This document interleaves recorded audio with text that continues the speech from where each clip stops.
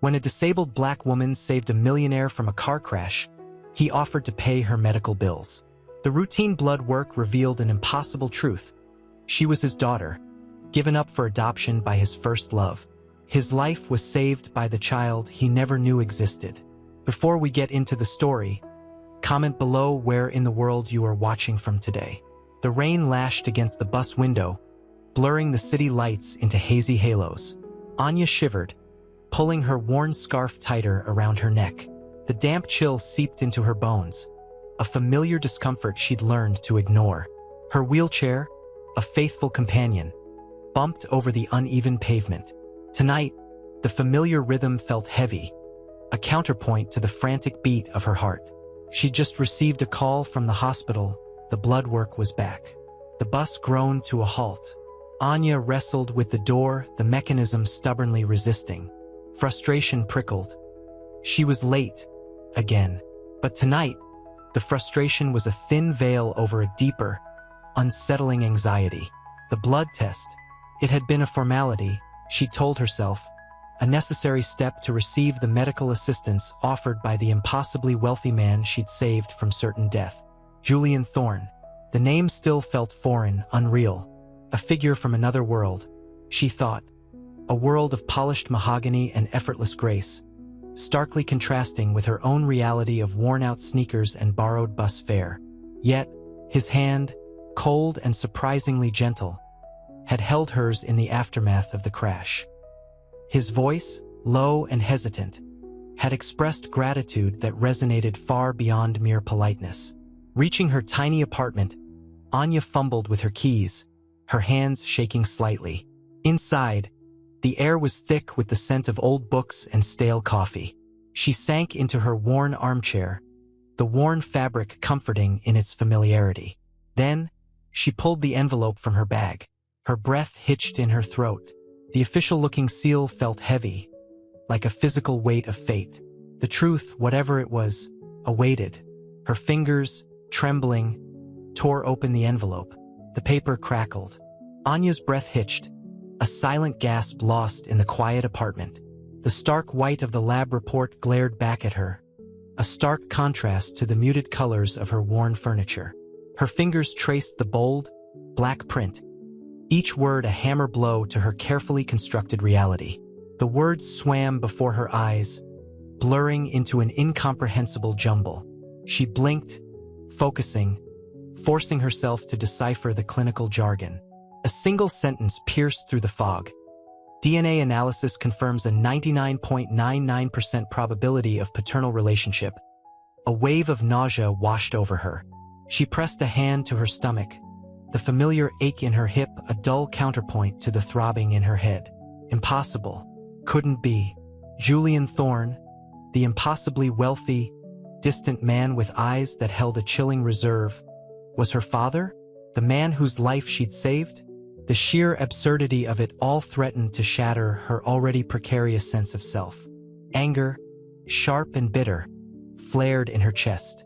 Anger at the cruel twist of fate, at the decades of separation, at the unanswered questions that clawed at her. Anger at the man who'd unknowingly risked his life, only to reveal a truth so profoundly unsettling. She felt a lump forming in her throat, a silent scream building behind her lips. A sob escaped, low and ragged. Tears welled, blurring the words on the page. She crumpled the report, her anger momentarily eclipsed by a wave of overwhelming sadness. Years of longing for a father, a family, a connection she'd always believed was denied her now. It was presented to her in this brutal, unexpected way. What kind of life had she lived, believing herself an orphan, only to learn her father had been a millionaire? Her phone buzzed, the shrill sound slicing through her emotional turmoil. It was her best friend, Chloe. Anya hesitated before answering. How could she explain this? How could she even begin to process it herself? Anya, you okay? You haven't answered my texts. Chloe's voice, usually bright and bubbly, was laced with worry. Anya's voice cracked, a thin, reedy sound. Chloe, I don't know what to say. What's wrong? Is it the blood test? Silence hung heavy between them, broken only by Anya's ragged breathing. She couldn't speak, couldn't articulate the tidal wave of emotions that threatened to consume her. Finally, she managed a choked whisper. It's Julian Thorne." Chloe's gasp was audible. "What about him?" He's my father." The city bus lurched, throwing Anya against the worn vinyl seat. The familiar ache in her hip flared, a sharp reminder of her limitations. Outside, the gray November sky mirrored the gloom settling in her heart. The lab report, crumpled in her pocket, felt like a lead weight. Julian Thorne, her father. The words echoed in the hollow spaces of her mind. Chloe's voice, a lifeline in the storm, cut through her thoughts. "Anya, are you still there? You sound shaken." Anya gripped the worn strap, her knuckles white. The bus rattled along, a cacophony of sounds blurring into a single, overwhelming hum. I need to see you," she finally managed, her voice barely a whisper, choked with unshed tears. "Tonight, please." Chloe agreed instantly, her concern palpable. Anya hung up, the silence of the bus pressing down on her. She stared out the window, the city lights a blurry kaleidoscope. Each passing street lamp seemed to illuminate the chasm that had opened up in her life. The revelation wasn't just a biological fact. It was a seismic shift, altering the very foundations of her identity. She was not the abandoned child she'd always believed herself to be. She had a father who was a millionaire, a man who lived a life so vastly different from her own. The injustice of it all, the years of longing and the abrupt, shocking truth, left her reeling. How could she reconcile the image of the aloof, reserved man who'd saved her life with the idea of him being her father? The man who hadn't been there, who hadn't even known she existed. The bus stopped, jolting her back to the present. Her stop. She stumbled off, the weight of her secret pressing down, heavy as the damp chill of the evening air. The city lights seemed to mock her, their brilliance a stark contrast to the darkness within. Tonight she needed Chloe. She needed a friend, a shoulder to cry on, a voice of reason in the swirling chaos of her emotions. She needed to understand, to process, to begin to make sense of the impossible truth that had changed her life forever. The screech of tires still echoed in Anya's ears, a phantom sound overlaid by the throbbing pain in her hip. The crumpled lab report felt like a branding iron against her skin. Julian Thorne. The name tasted like ash in her mouth. She'd known him as the stiff, unsmiling man rescued from a mangled car. Now he was a looming, impossible figure, her father. The hospital room smelled faintly of antiseptic and fear. Anya sat stiffly on the edge of the bed, the crisp white sheets a stark contrast to the worn denim of her jeans. Julian sat opposite, his usually impeccably tailored suit rumpled, his face etched with a weariness that went beyond the physical toll of the accident.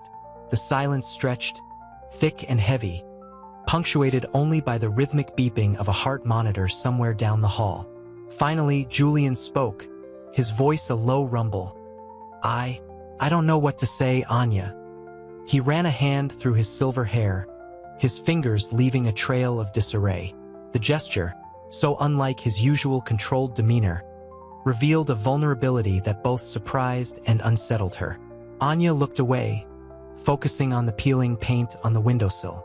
"You don't have to say anything," she replied, her voice flat, devoid of emotion. The words were a shield, protecting her from the tidal wave of emotions threatening to engulf her.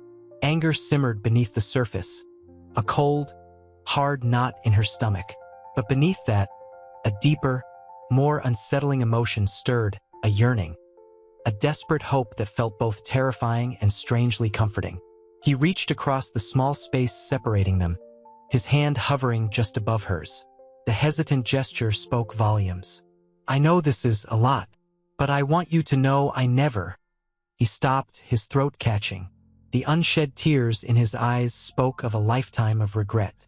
Anya flinched at his touch, withdrawing her hand as if burned. "You want to know what's a lot?" she said, her voice rising slightly. "A lot is growing up knowing you were abandoned, that you were nothing more than an unwanted inconvenience. A lot is struggling every day, fighting to survive on your own, while the man who could have made it easier was living a life of luxury, oblivious to your existence.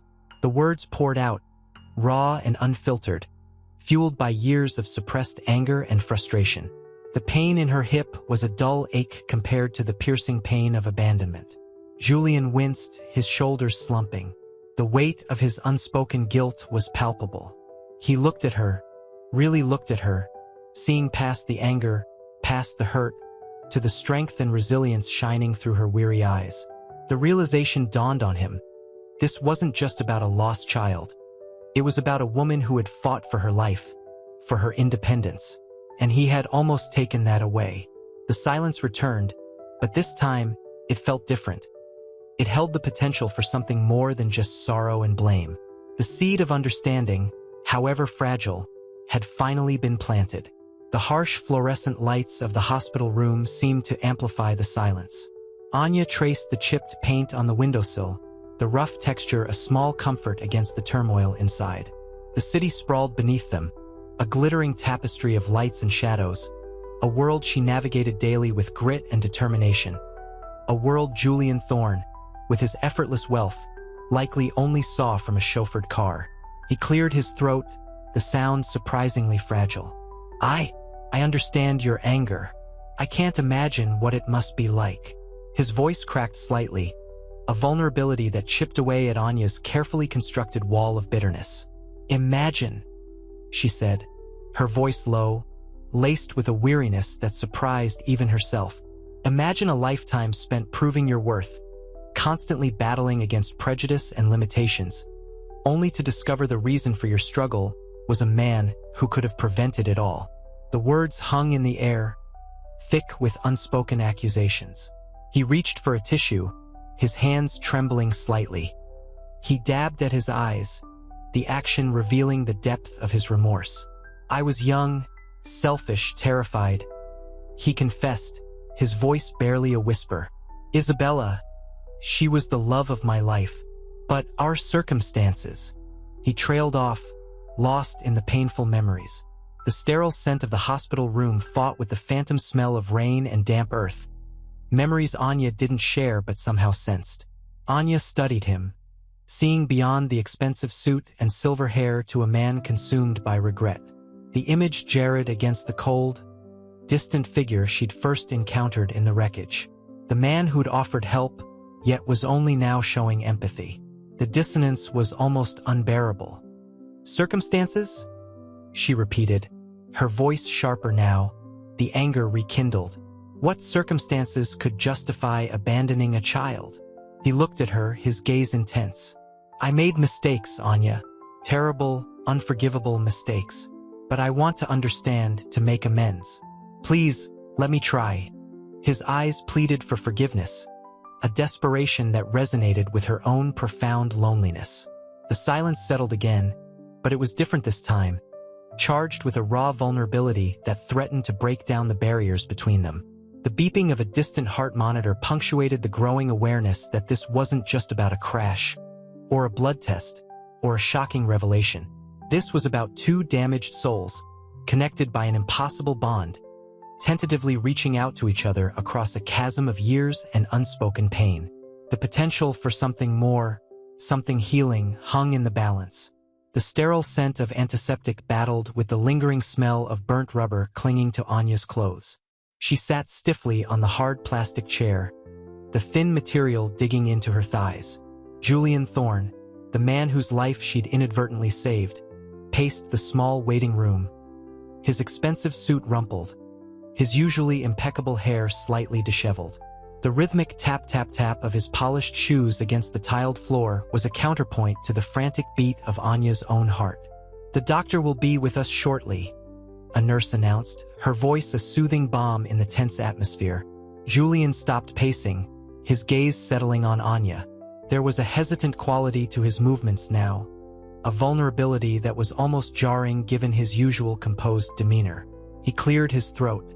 I know this is a lot to take in." Anya looked away, her gaze drifting to the blurry city lights visible through the window.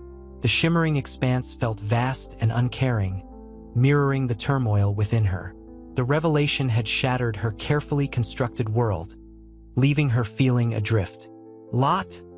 she finally replied, her voice barely above a whisper. The word felt inadequate, a pathetic attempt to encompass the sheer magnitude of the impossible truth. "My whole life has been a lie." He moved closer, his presence filling the small space. "I know," he murmured, his voice heavy with remorse. "And I'm so sorry for everything." He reached out a hand, then hesitated, as if unsure of his place in her life. Anya felt a strange mixture of anger, fear, and a desperate, yearning curiosity. She wasn't ready to forgive, not yet, but the weight of his sorrow, genuine or not, was palpable. The silence stretched between them, charged with unspoken accusations and a nascent sense of something else, something fragile and tentative, something that might, just might, be the beginnings of a connection. The doctor's arrival broke the spell, her presence a stark reminder of the medical tests and the life-altering implications that awaited. The doctor, a kind-faced woman with gentle eyes, entered holding a file. The fluorescent lights of the small examination room seemed to amplify the sterile scent of antiseptic, a stark contrast to the lingering smell of burnt rubber clinging to Anya's clothes. She swallowed, her throat suddenly dry. Julian, his expensive suit rumpled, sat beside her, his usual composure replaced by a nervous stillness. "The results are unexpected," the doctor began, her voice carefully measured. She placed the file on the desk, the crisp paper a jarring counterpoint to the tremor in her own hands. "The DNA test confirms a paternal relationship between you, Mr. Thorne, and Ms. Diallo." Anya stared blankly. The words, though spoken clearly, felt muffled, distant, as though heard through layers of cotton wool. The air thickened, heavy with unspoken implications. Julian's breath hitched. He reached for Anya's hand, his touch hesitant, almost apologetic. She didn't pull away. The silence stretched, a chasm filled only with the rhythmic thump-thump-thump of Anya's racing heart. I didn't know," Julian finally whispered, his voice thick with emotion. His eyes, usually sharp and calculating, were filled with a raw, unmasked vulnerability that surprised Anya. The image of the cold, distant millionaire seemed to melt away, replaced by a man grappling with a truth as shocking to him as it was to her. Anya felt a wave of dizziness wash over her. The room seemed to spin. Impossible. This couldn't be real. The carefully constructed walls of her life, built brick by brick on independence and self-reliance, crumbled around her, revealing a void she hadn't known existed. Anger, sharp and sudden, pierced the numbness. Anger at him, at her mother, at the cruel twist of fate that had led her to this moment. "This changes everything," Anya finally managed, her voice trembling. The words felt inadequate, hollow, failing to capture the seismic shift within her. The weight of the revelation pressed down on her, suffocating her. She looked at Julian, his face etched with remorse, and a strange, bitter understanding dawned. He was suffering, too, but his suffering didn't lessen hers. He leaned forward, his gaze intense. "I know," he murmured, his voice breaking. "I've spent years regretting, years not knowing. Let me try to explain." His hand tightened slightly around hers, a silent plea for understanding. Anya remained silent, her mind a whirlwind of conflicting emotions, her heart a battlefield of anger and a hesitant, fragile curiosity. The revelation was a wound, deep and raw, but somewhere beneath the pain, a flicker of hope, as faint as a dying ember, began to glow. The sterile scent of antiseptic couldn't mask the lingering smell of burnt rubber clinging to Anya's clothes, a stark reminder of the chaos that had led to this impossible moment. Julian, his expensive suit rumpled, sat stiffly beside her, his usual composure shattered. He looked older, the lines around his eyes deeper, etched with a remorse that surprised her. He hadn't spoken since the doctor left, the silence thick with the weight of their shared secret. Anya's mind raced. Impossible.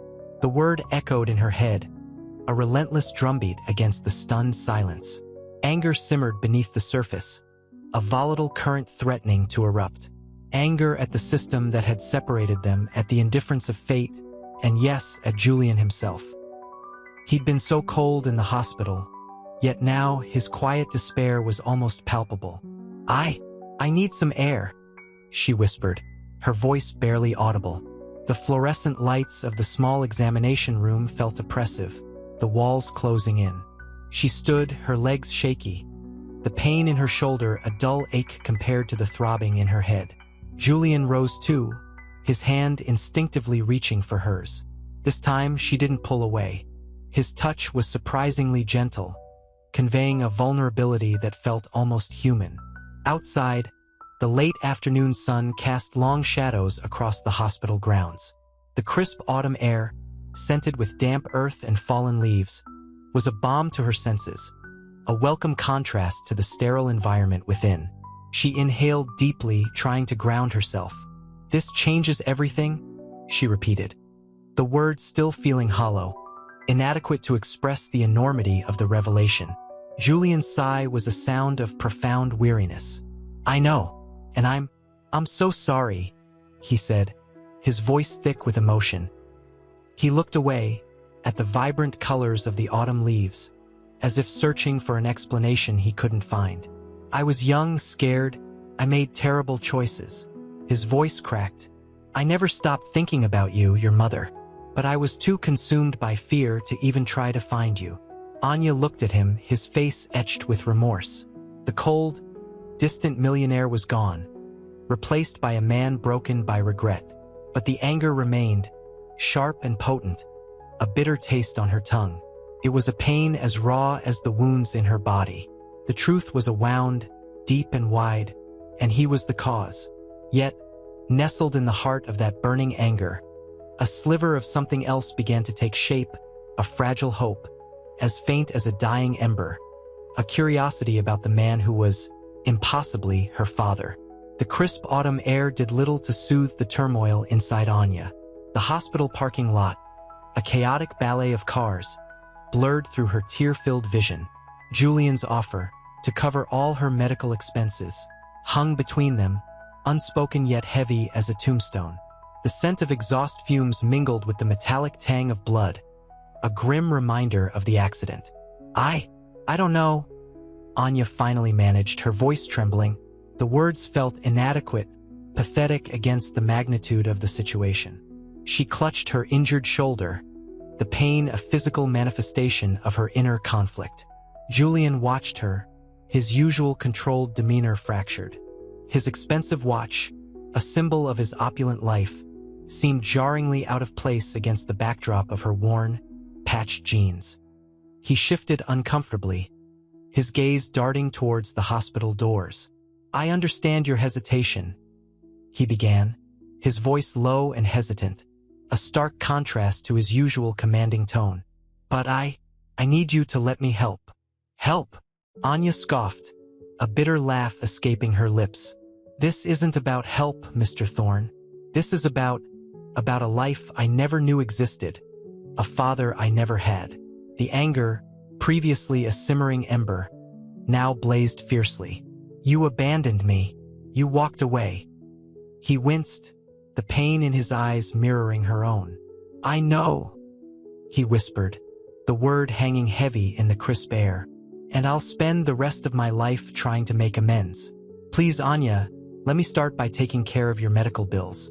Let me show you." He trailed off, searching for the right words, a man accustomed to commanding, now utterly lost. Anya looked at him, truly looked at him, past the wealth, past the carefully constructed facade. She saw a flicker of vulnerability, a raw, desperate plea for forgiveness in his eyes. The anger didn't dissipate, but it softened at the edges, replaced by a cautious curiosity.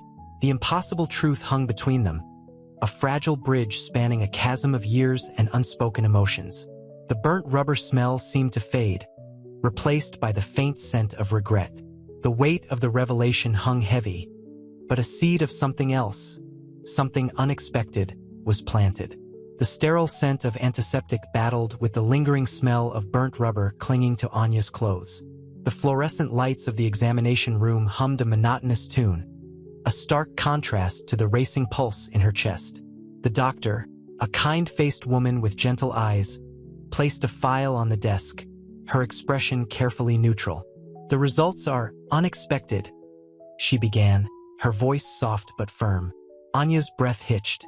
She knew, somehow, before the doctor even spoke the words, that her life was about to change irrevocably. The DNA test, it confirms a biological father-daughter relationship between yourself and Julian Thorne. The words hung in the air, heavy and suffocating.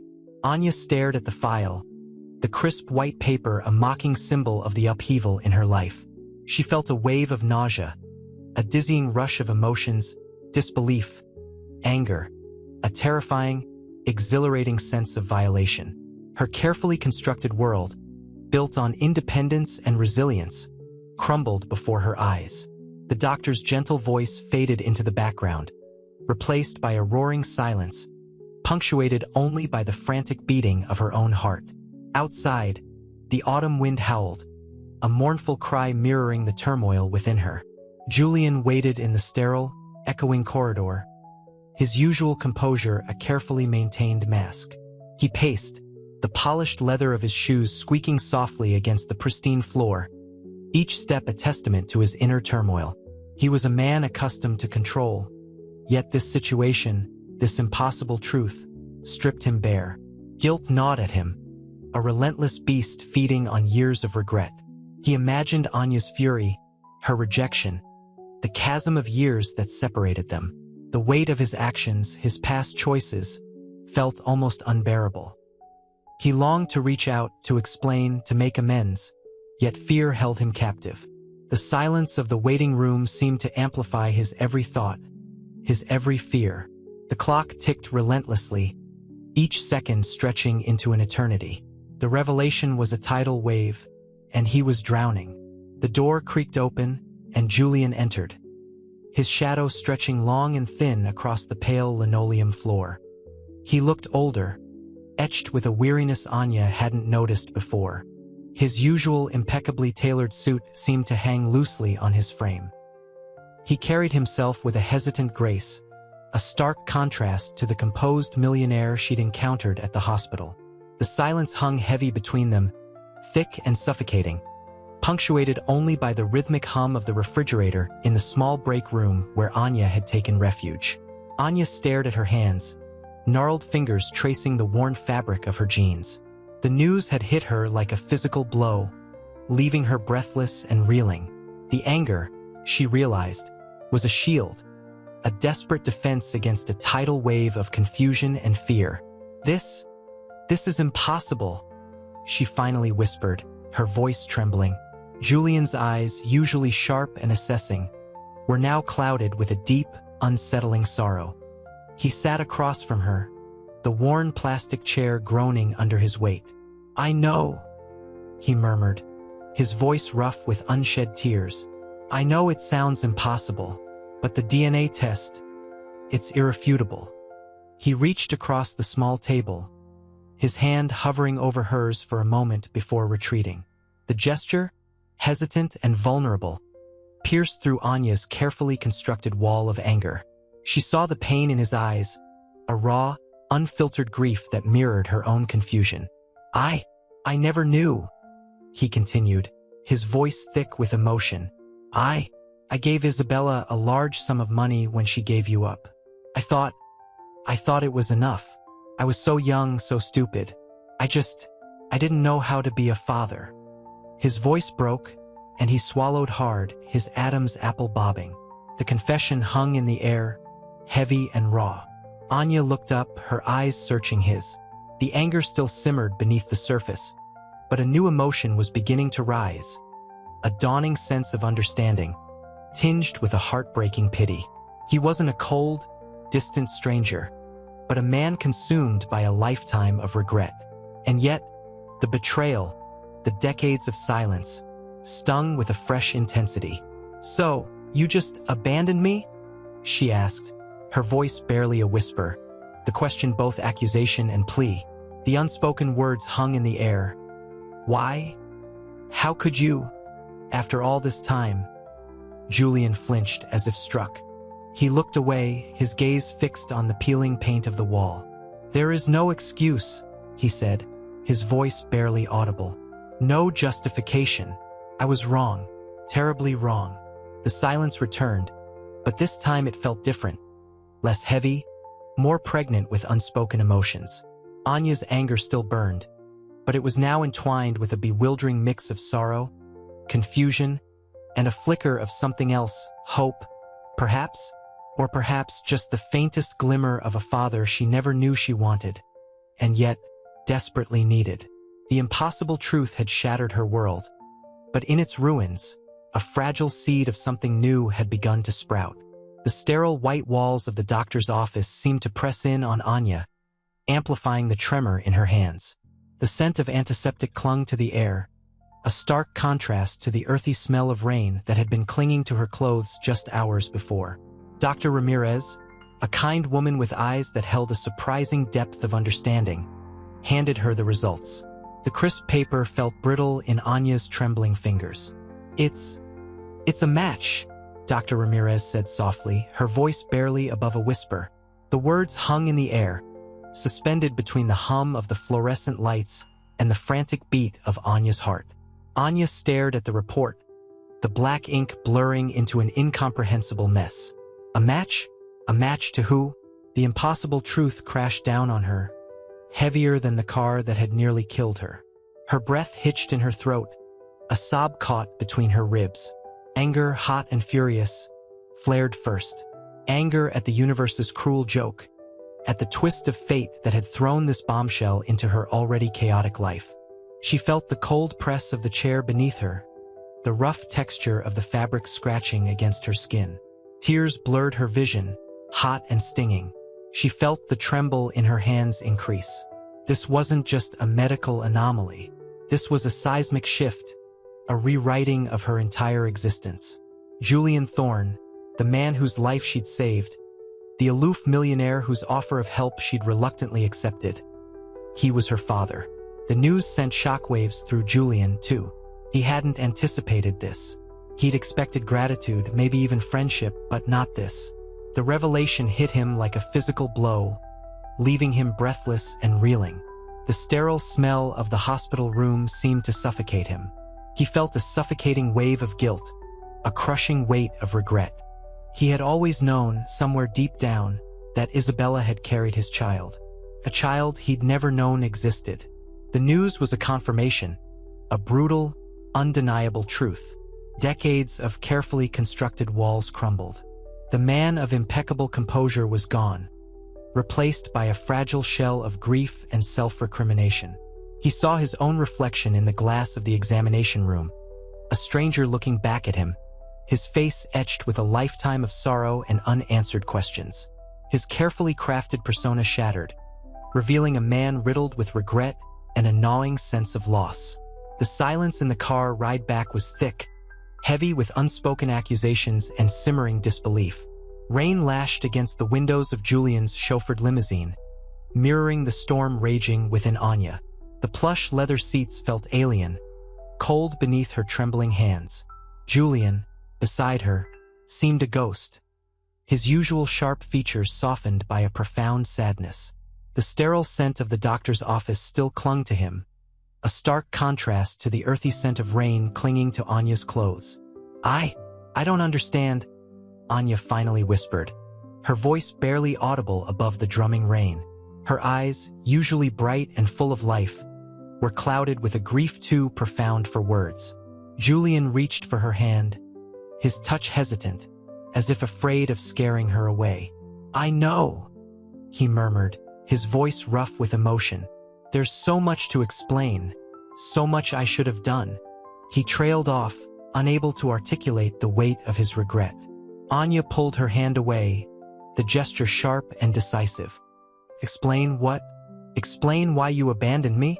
Why I only found out about you now, after nearly dying. The anger, once a simmering ember, now blazed fiercely within her. It wasn't like that, he protested, his voice laced with desperation. There were circumstances. Isabella. His voice choked, the name a raw wound reopened. Isabella? Anya repeated, the name unfamiliar yet resonant with a strange, unsettling pull.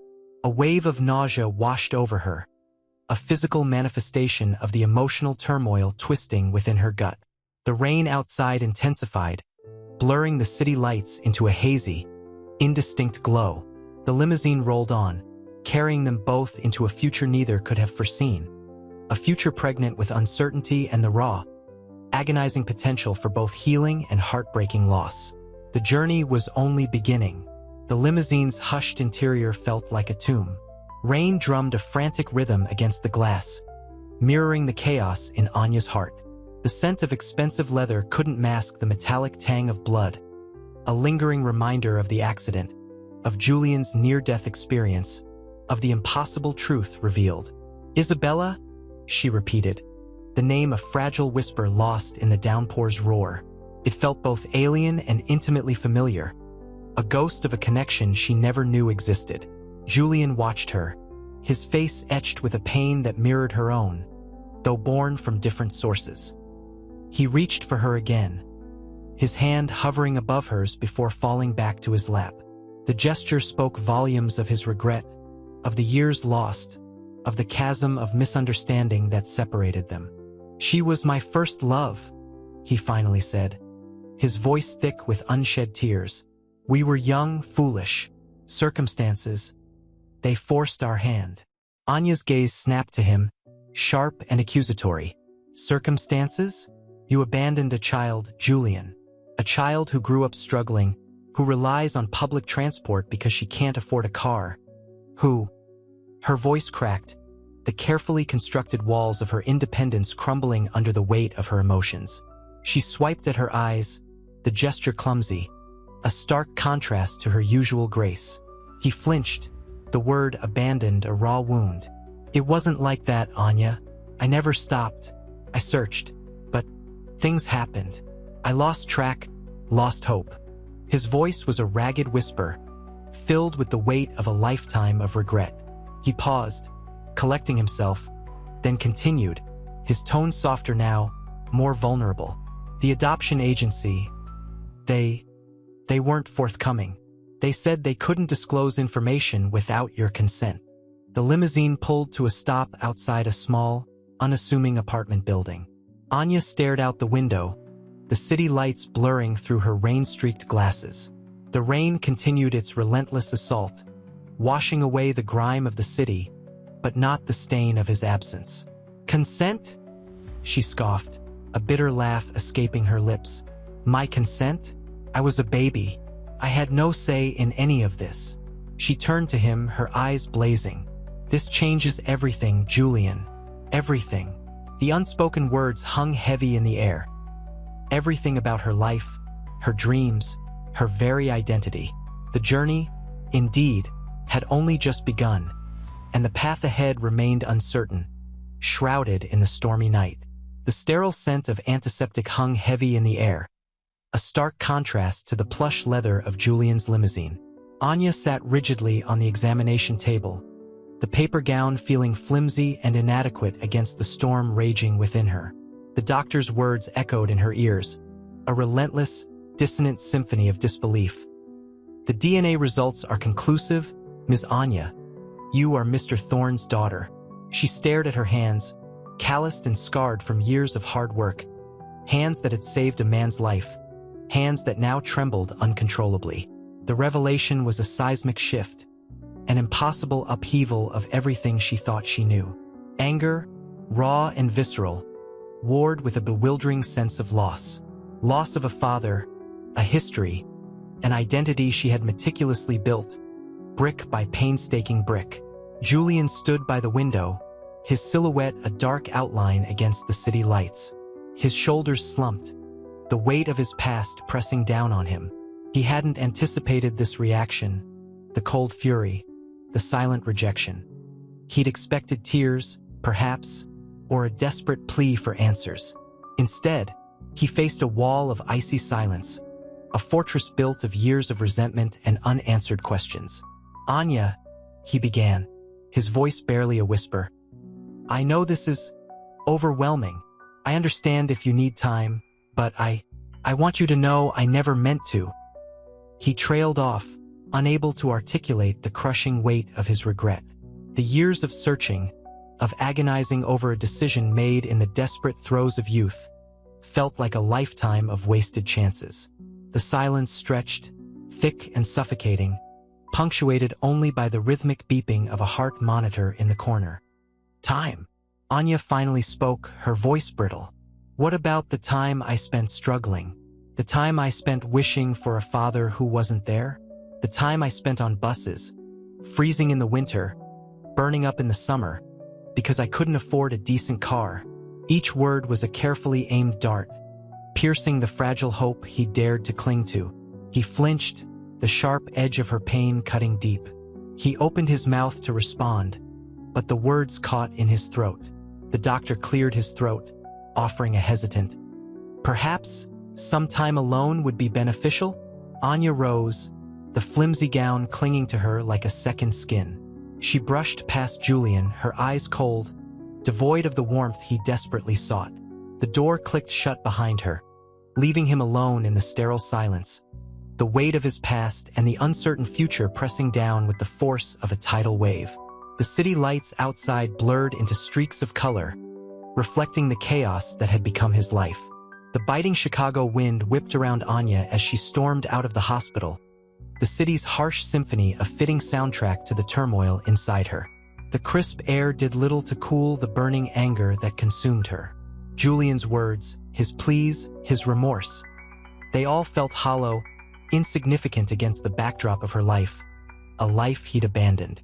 She shoved her hands deep into her pockets, the rough fabric a small comfort against the chilling reality. She hailed a cab, the yellow blur a stark contrast to the pristine white of the hospital.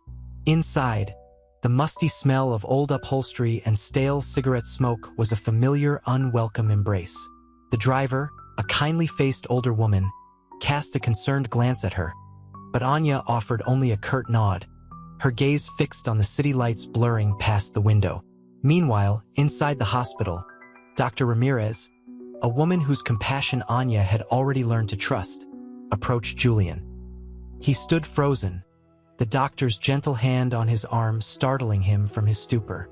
"Mr. Thorne," she said softly, her voice laced with understanding, "you need to give her space. This is a monumental revelation for both of you." He looked at his reflection in the sterile window, a stranger staring back at him. His neatly combed hair was disheveled, his eyes shadowed with exhaustion. The weight of his past, of his unspoken regrets, pressed down on him with crushing force. He nodded, a single, silent acknowledgement of his own failings. Later that evening, Anya found solace in the warm embrace of her best friend, Simone. Simone's apartment, small but vibrant, offered a haven from the harshness of the outside world.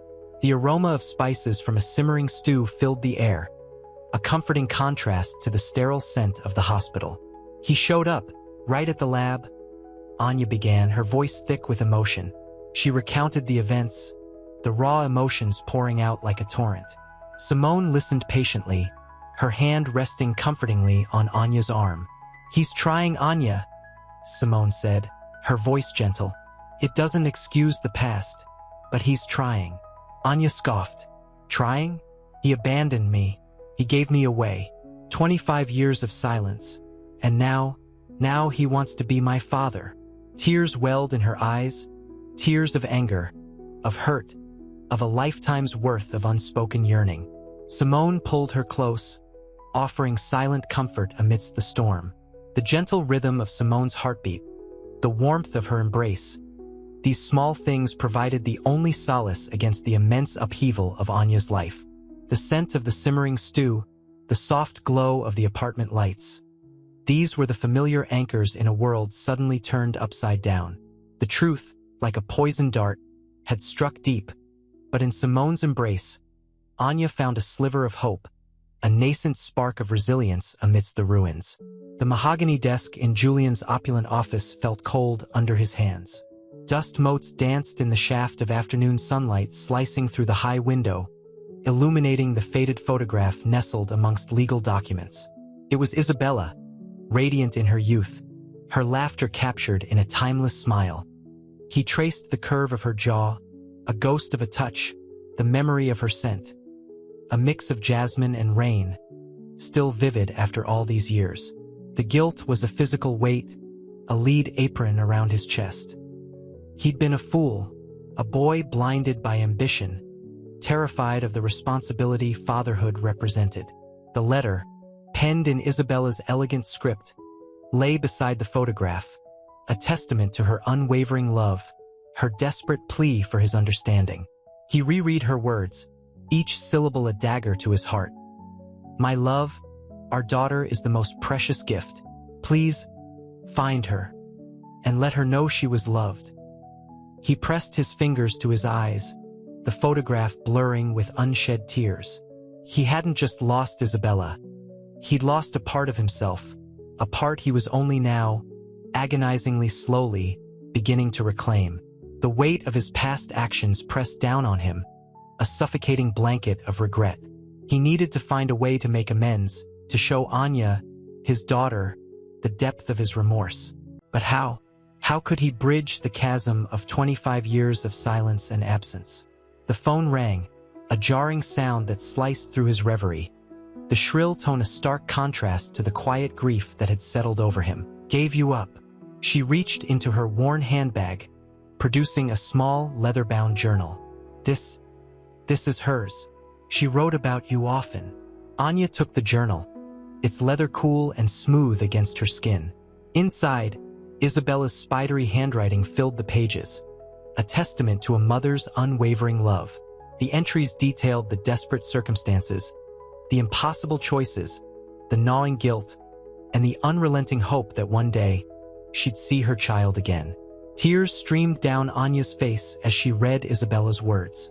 Each entry was a painful confession, a plea for understanding, a prayer for forgiveness.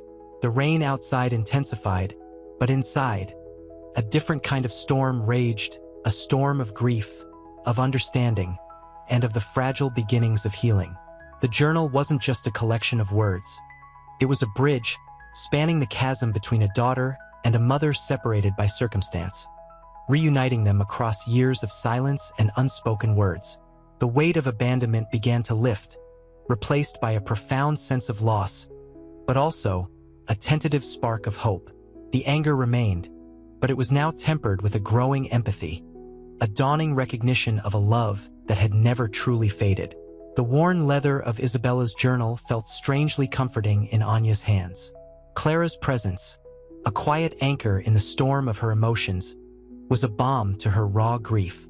Rain lashed against the window panes, a rhythmic counterpoint to the trembling in Anya's hands as she read. Isabella's words, scrawled in a delicate script, painted a vivid picture of youthful love, of desperate circumstances, and of a heartbreaking choice. Each sentence was a stab, a revelation, a piece of a puzzle Anya never knew existed. She says she tried to find you," Clara whispered, her voice thick with unshed tears. "Many times, but the agency, they made it impossible." Anya looked up, her eyes brimming. The anger, though still present, felt less sharp, tempered by the raw vulnerability in Isabella's words. She saw not a monster who abandoned her, but a young woman trapped, consumed by fear and regret. "She never stopped loving me," Anya breathed, her voice barely audible above the storm. Later, as Clara left, a quiet peace settled over Anya. The journal, a tangible link to her past, lay open on her lap. Julian's call came shortly after, his voice cautious, hopeful. "How was it?" he asked gently. It was everything," Anya replied, her voice catching. "And nothing. I understand," Julian said, his voice a soft murmur, laced with empathy. "I know I can't erase the past, but I want to be a part of your future, if you'll let me." Silence stretched between them, filled only with the steady rhythm of the rain.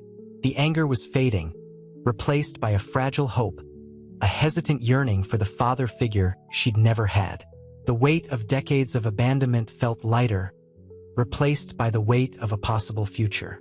A future where the echoes of the past were not deafening, but a whisper in the wind. A future, perhaps, with a father. The following morning, Anya woke to the insistent chirping of birds, a stark contrast to the tempestuous night. Sunlight, pale and hesitant, filtered through her lace curtains, illuminating dust motes dancing in the air. The journal lay beside her, a silent testament to the emotional upheaval of the previous evening. Isabella's words, etched onto the fragile pages, felt like scars on her soul, beautiful, painful, and undeniably hers. She picked up the phone, her finger hovering over Julian's number. The simple act felt monumental. Doubt warred with a burgeoning curiosity, a tentative hope that flickered like a candle flame in the vast darkness of her past. She dialed.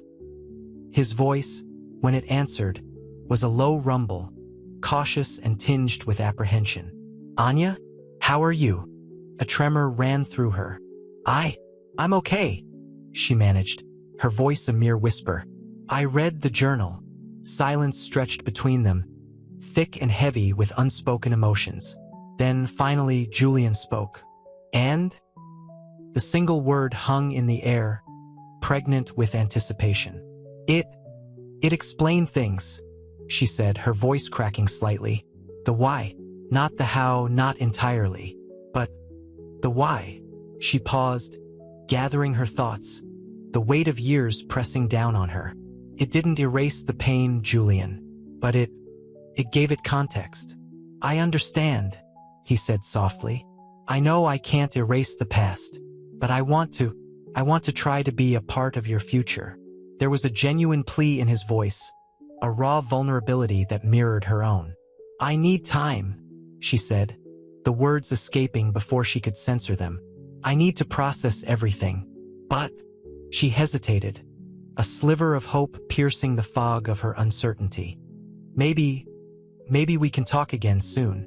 "Of course," he replied, his voice laced with a fragile relief. "Whenever you're ready."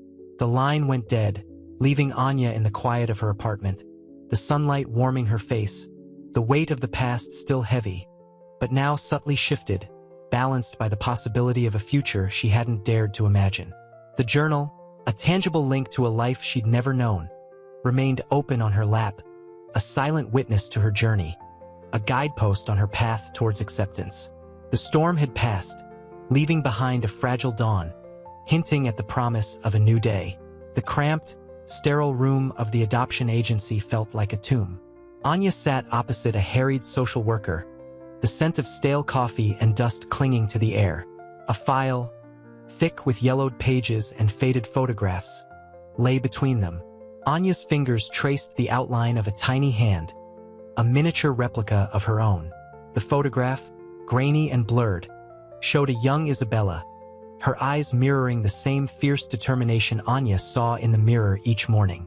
"We have very little," the social worker sighed, pushing a tissue across her cluttered desk. "Isabella." She was adamant about anonymity.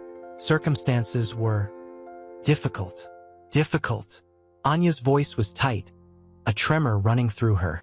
The word felt like a slap, a dismissal of her existence. "What kind of difficult justifies abandoning your child?" The social worker shuffled papers, avoiding eye contact. She was a young, unmarried mother. Financial instability. She believed it was in the child's best interests. The flimsy explanation felt like a punch to the gut. Anya slammed her fist on the desk, scattering pens and paper clips. "Best interests? She gave me away. She erased me." Tears welled in her eyes, blurring the already faded photograph. A raw, visceral grief seized her, a wave of anger and betrayal crashing over her. She stood abruptly, the chair scraping against the floor, a discordant sound in the suffocating silence. "I need more," she whispered, her voice choked with unshed tears. "I need to know why." The question hung in the air, heavy with unspoken desperation. Outside, the city roared, a symphony of indifference to her pain. Yet, a tiny spark of hope flickered within her. The hope that somewhere, in the fragments of the past, lay the answer she desperately craved. The answer that might, just might, begin to heal the gaping wound in her soul.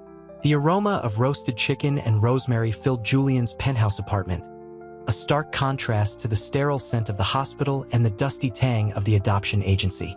Anya sat stiffly at the mahogany dining table, her fingers nervously tracing the rim of her wine glass. The crystal felt cool and smooth against her skin, a comforting tactile sensation in the midst of this unsettling new reality. Julian, across from her, watched her with a mixture of hope and apprehension etched on his face. The soft glow of the city lights painted his features in a warm, amber hue. "It's different," Anya finally said, her voice barely above a whisper, her gaze fixed on the swirling ruby liquid in her glass. She wasn't talking about the wine. She was talking about everything. The opulent apartment, the attentive staff, the sheer scale of Julian's wealth. All felt alien, a world away from her modest life. Julian nodded, his expression softening. "I know it is, and I understand if it feels overwhelming." He reached across the table, his hand hovering over hers for a moment before gently retracting. The gesture, though hesitant, spoke volumes. "It's not just the things," Anya continued, choosing her words carefully. "It's the idea of you, of us." She looked up, her eyes meeting his. They were a startling mix of fear and a tentative curiosity. "I've spent my whole life being independent, relying on nobody." And suddenly, she trailed off, unable to articulate the complex emotions swirling within her. Julian leaned forward, his voice a low murmur. "I understand your apprehension, Anya. I know I messed up, terribly, but I also know I can't undo the past. What I can offer is a future, a chance to build something real between us." He paused, letting his words hang in the air. The silence was filled only with the gentle clinking of cutlery as a servant cleared away the finished meal, a subtle counterpoint to the immense weight of their unspoken feelings. Anya took a slow, deliberate sip of her wine, the tartness a momentary distraction from the emotional tempest within her. The warmth of the wine spread through her, a small comfort in a situation that still felt impossibly large, impossibly daunting.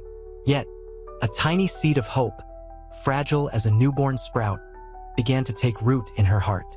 The road ahead would be long and challenging, but for the first time in a long time, Anya felt a flicker of something akin to peace, a tentative acceptance of a future she never imagined. The following weeks unfolded in a series of hesitant steps. Julian's sprawling penthouse, initially intimidating, began to feel less like a gilded cage and more like a potential sanctuary. The soft light filtering through the floor-to-ceiling windows, the gentle hum of the city below, even the scent of his expensive coffee, began to hold a strange comfort. Anya, however, remained guarded. Her initial anger hadn't dissipated, replaced by a wary curiosity. She found herself drawn to Julian's quiet remorse, a vulnerability she hadn't expected from a man of his stature. One evening, after a shared dinner, a simple affair, Anya insisting on pasta from her favorite takeout place instead of Julian's Michelin-starred chef, they sat on his expansive balcony, overlooking the city lights twinkling like scattered diamonds. The cool night air whipped around them. "I keep thinking about Isabella," Anya said, her voice barely a whisper, lost in the vastness of the cityscape. The city lights reflected in her dark eyes, adding a shimmer of unshed tears. What was she like? Julian's gaze softened. He picked up a loose pebble from the balcony railing, turning it over in his fingers. Fiery, stubborn, incredibly passionate. She had this laugh. It could fill a room. A smile played on his lips, a ghost of a smile, fleeting and tinged with sorrow. She loved jazz, old movies, and she had a terrible habit of burning dinner. He chuckled, a low, rumbling sound that belied the underlying sadness. "We were young, foolish, terrified." Anya nodded, understanding dawning in her eyes. She understood the terror, the helplessness of a young woman facing an unwanted pregnancy, a life devoid of support. I can't imagine," she breathed, a painful understanding settling in her chest. "I know," Julian said softly, his hand brushing hers, a fleeting touch that spoke volumes. "I failed you both, terribly." His voice cracked slightly. He looked away, his gaze lost in the twinkling expanse before him. The silence stretched, filled only with the city's hum and the gentle rustle of the wind. It was a silence heavy with shared history, unspoken regrets, and a tentative hope for the future. The air felt thick with unspoken emotions, a blend of sorrow, regret, and a cautious optimism.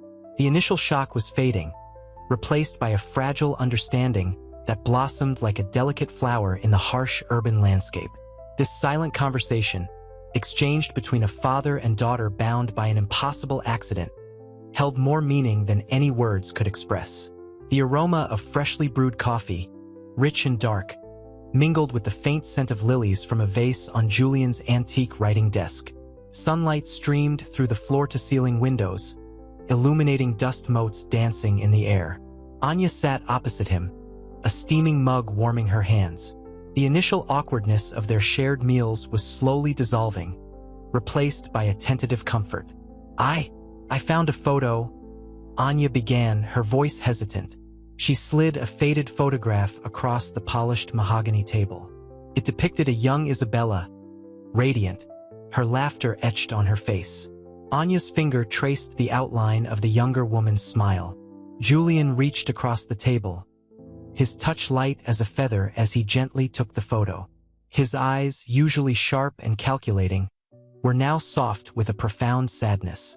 "She was beautiful," he whispered, his voice thick with emotion.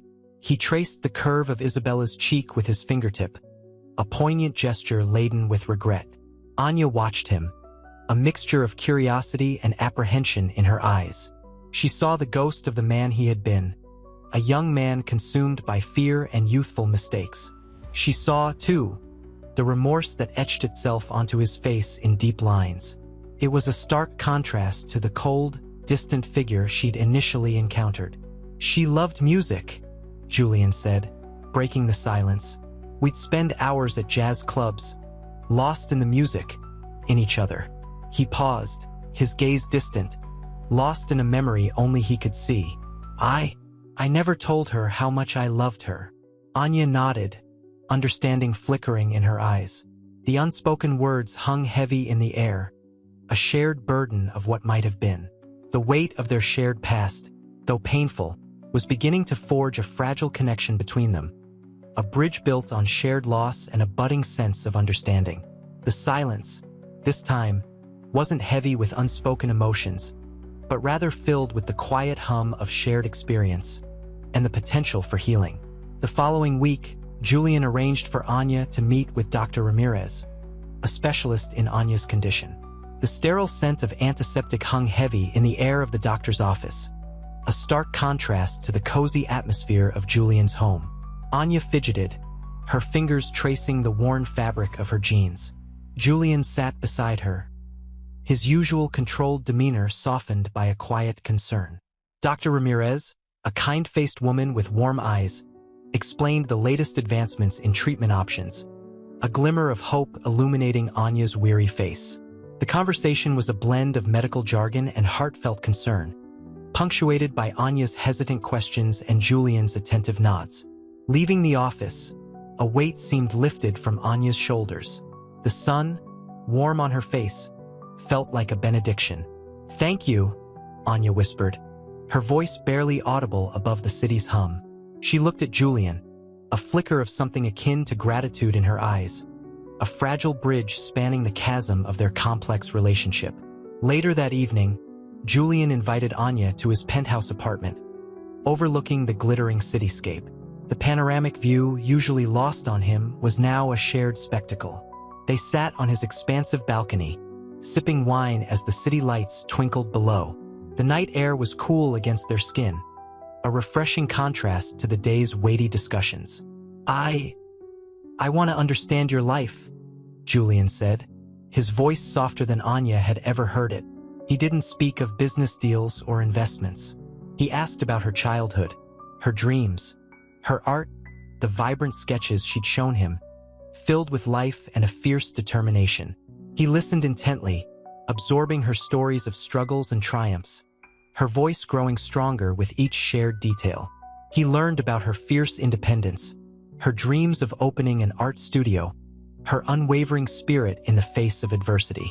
Anya, in turn, found herself opening up to him. She spoke about her mother, a woman she barely remembered, but whose memory held a special place in her heart, a mixture of longing and sadness. She shared her anxieties, her fears about her future, her doubts about their unusual connection. The wine flowed, the city lights blurred, and for the first time, a sense of real connection began to blossom between them, fragile yet undeniably present. The unspoken words hung in the air, but they were no longer heavy with resentment. Instead, they were charged with a nascent understanding, a quiet hope for what the future might hold. The city lights, a symbol of distance and anonymity, seemed to shrink as their shared humanity expanded. A quiet understanding had begun. A bridge was being built, one hesitant conversation at a time. The scent of roasting coffee beans hung heavy in the air of Julian's sprawling kitchen, a stark contrast to the sterile hospital atmosphere of the previous week. Sunlight streamed through the expansive windows, illuminating dust motes dancing in the golden rays. Anya, perched awkwardly on a high stool, nervously stirred her latte. Julian, watching her from across the sleek granite counter, felt a familiar pang of guilt. This is nice," Anya murmured, her gaze fixed on the swirling foam in her cup. Her voice, though quiet, held a tremor of uncertainty.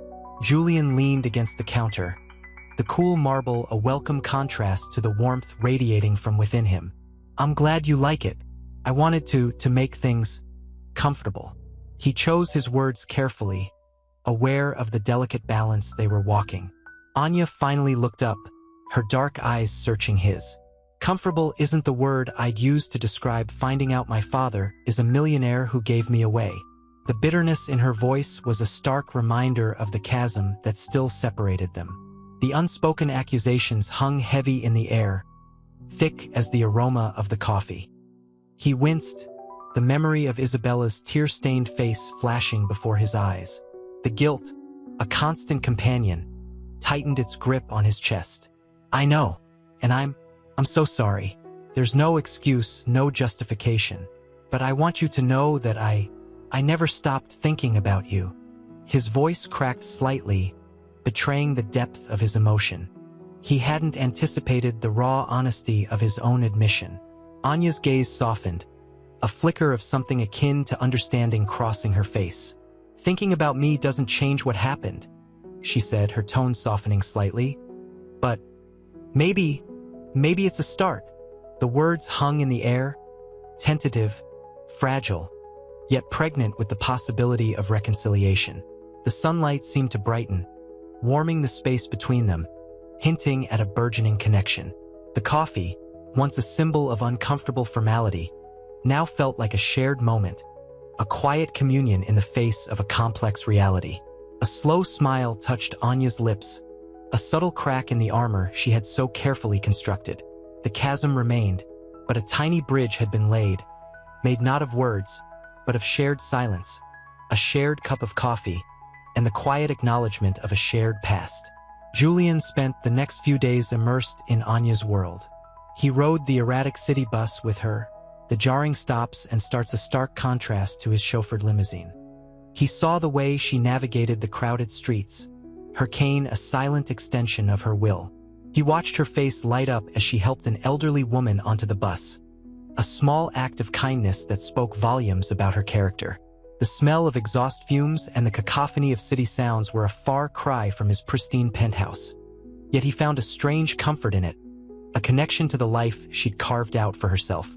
One evening, they found themselves in her small, sun-drenched apartment. The scent of spices, faintly sweet and earthy, hung in the air. Anya's paintings, vibrant and full of life, adorned the walls, a stark contrast to the minimalist decor of Julian's home. He studied them, each brushstroke a testament to her resilience, her spirit. "They're beautiful," he said softly, his voice a low rumble in the quiet space. Anya smiled, a shy, hesitant smile that made his heart ache. "Thank you," she whispered, her fingers tracing the outline of a sun-drenched landscape. "I find solace in them, a way to express myself when words fail." He nodded, understanding dawning in his eyes. He saw the depth of her creativity, the passion that burned within her, a passion he'd never encountered in his sterile, privileged world. He saw her strength, her independence, traits he'd initially mistaken for defiance. He felt a wave of regret wash over him, a profound understanding of the life he'd unwittingly robbed her of. I never knew," he began, his voice thick with emotion. "I never knew you were so capable, so strong." Anya's smile faded slightly. Capable of what? Surviving on a pittance? Navigating a city designed to exclude me? Those are hardly skills to be proud of, Mr. Thorne. Her voice was quiet, but sharp, the unspoken resentment hanging heavy between them. He winced, the sting of her words a necessary correction. He'd seen her strength, but he hadn't truly understood the context, the struggle, the fight she waged every single day. He had to change that. He had to learn to see her, truly see her, not as a victim of circumstance, but as a powerful, independent woman worthy of admiration and respect. He reached for her hand, a gesture tentative and hesitant, yet filled with a profound understanding. This was just the beginning of the long road ahead. The following Saturday, Julian suggested a trip to the city's annual multicultural festival. Anya, initially hesitant, agreed. The air thrummed with music, a vibrant blend of Afrobeat, salsa, and jazz, and the scent of exotic spices hung heavy, a delicious chaos. Brightly colored fabrics draped stalls overflowing with handcrafted jewelry, pottery, and vibrant paintings. Julian, awkwardly navigating the crowds, watched Anya's face light up as she examined intricately beaded necklaces, her fingers tracing the delicate patterns. The shared experience was a balm to the raw wounds of their recent past. They laughed, a shared joke about a clumsy vendor spilling mango juice, dissolving some of the lingering tension. Later, perched on a bench overlooking a lively dance performance, Julian watched Anya, mesmerized by the rhythmic grace of the dancers. The sunset cast a warm golden glow on her face, highlighting the strength in her jawline and the softness around her eyes. "They remind me of home," she murmured, her voice barely above a whisper. "Of the stories my grandmother used to tell." A poignant silence fell between them, a shared space of understanding that transcended words. He saw a glimpse of the life she'd been denied, a life filled with music, community, and the warmth of family. He reached for her hand, his touch tentative but filled with a deep, growing respect. This wasn't just about fixing a past mistake. It was about building a future together, one filled with understanding, acceptance, and perhaps even love. The festival lights twinkled like fallen stars, mirroring the hope blossoming in his heart, a hope as vibrant and multifaceted as the tapestry of cultures unfolding around them. The shared joy, the quiet moments of connection, and the unspoken promise in their intertwined fingers foreshadowed a future he'd never dared imagine. The air, thick with the sweet scent of roasting plantains and the rhythmic pulse of the music, whispered a silent promise of healing, of forgiveness, and of a new beginning. The following week, Julian arranged a small family gathering at his home. The air, thick with the scent of lilies and freshly brewed coffee, felt strangely formal. Anya, dressed in a vibrant print dress that showcased her spirit, arrived with a hesitant smile. Julian watched her navigate the grand entryway, his heart aching with a mixture of guilt and hope. He introduced her to his sister, Eleanor, a woman whose kindness radiated warmth, a stark contrast to the initial coldness Julian had shown Anya. "It's so wonderful to finally meet you, Anya," Eleanor said, her voice gentle. Anya, initially reserved, responded with a quiet grace, her eyes betraying a flicker of apprehension. The conversation flowed, hesitant at first, then gaining momentum as Eleanor shared stories of Julian's childhood, painting a picture of a complex man burdened by regret. Anya listened, her expression unreadable, her fingers unconsciously tracing the rim of her coffee cup.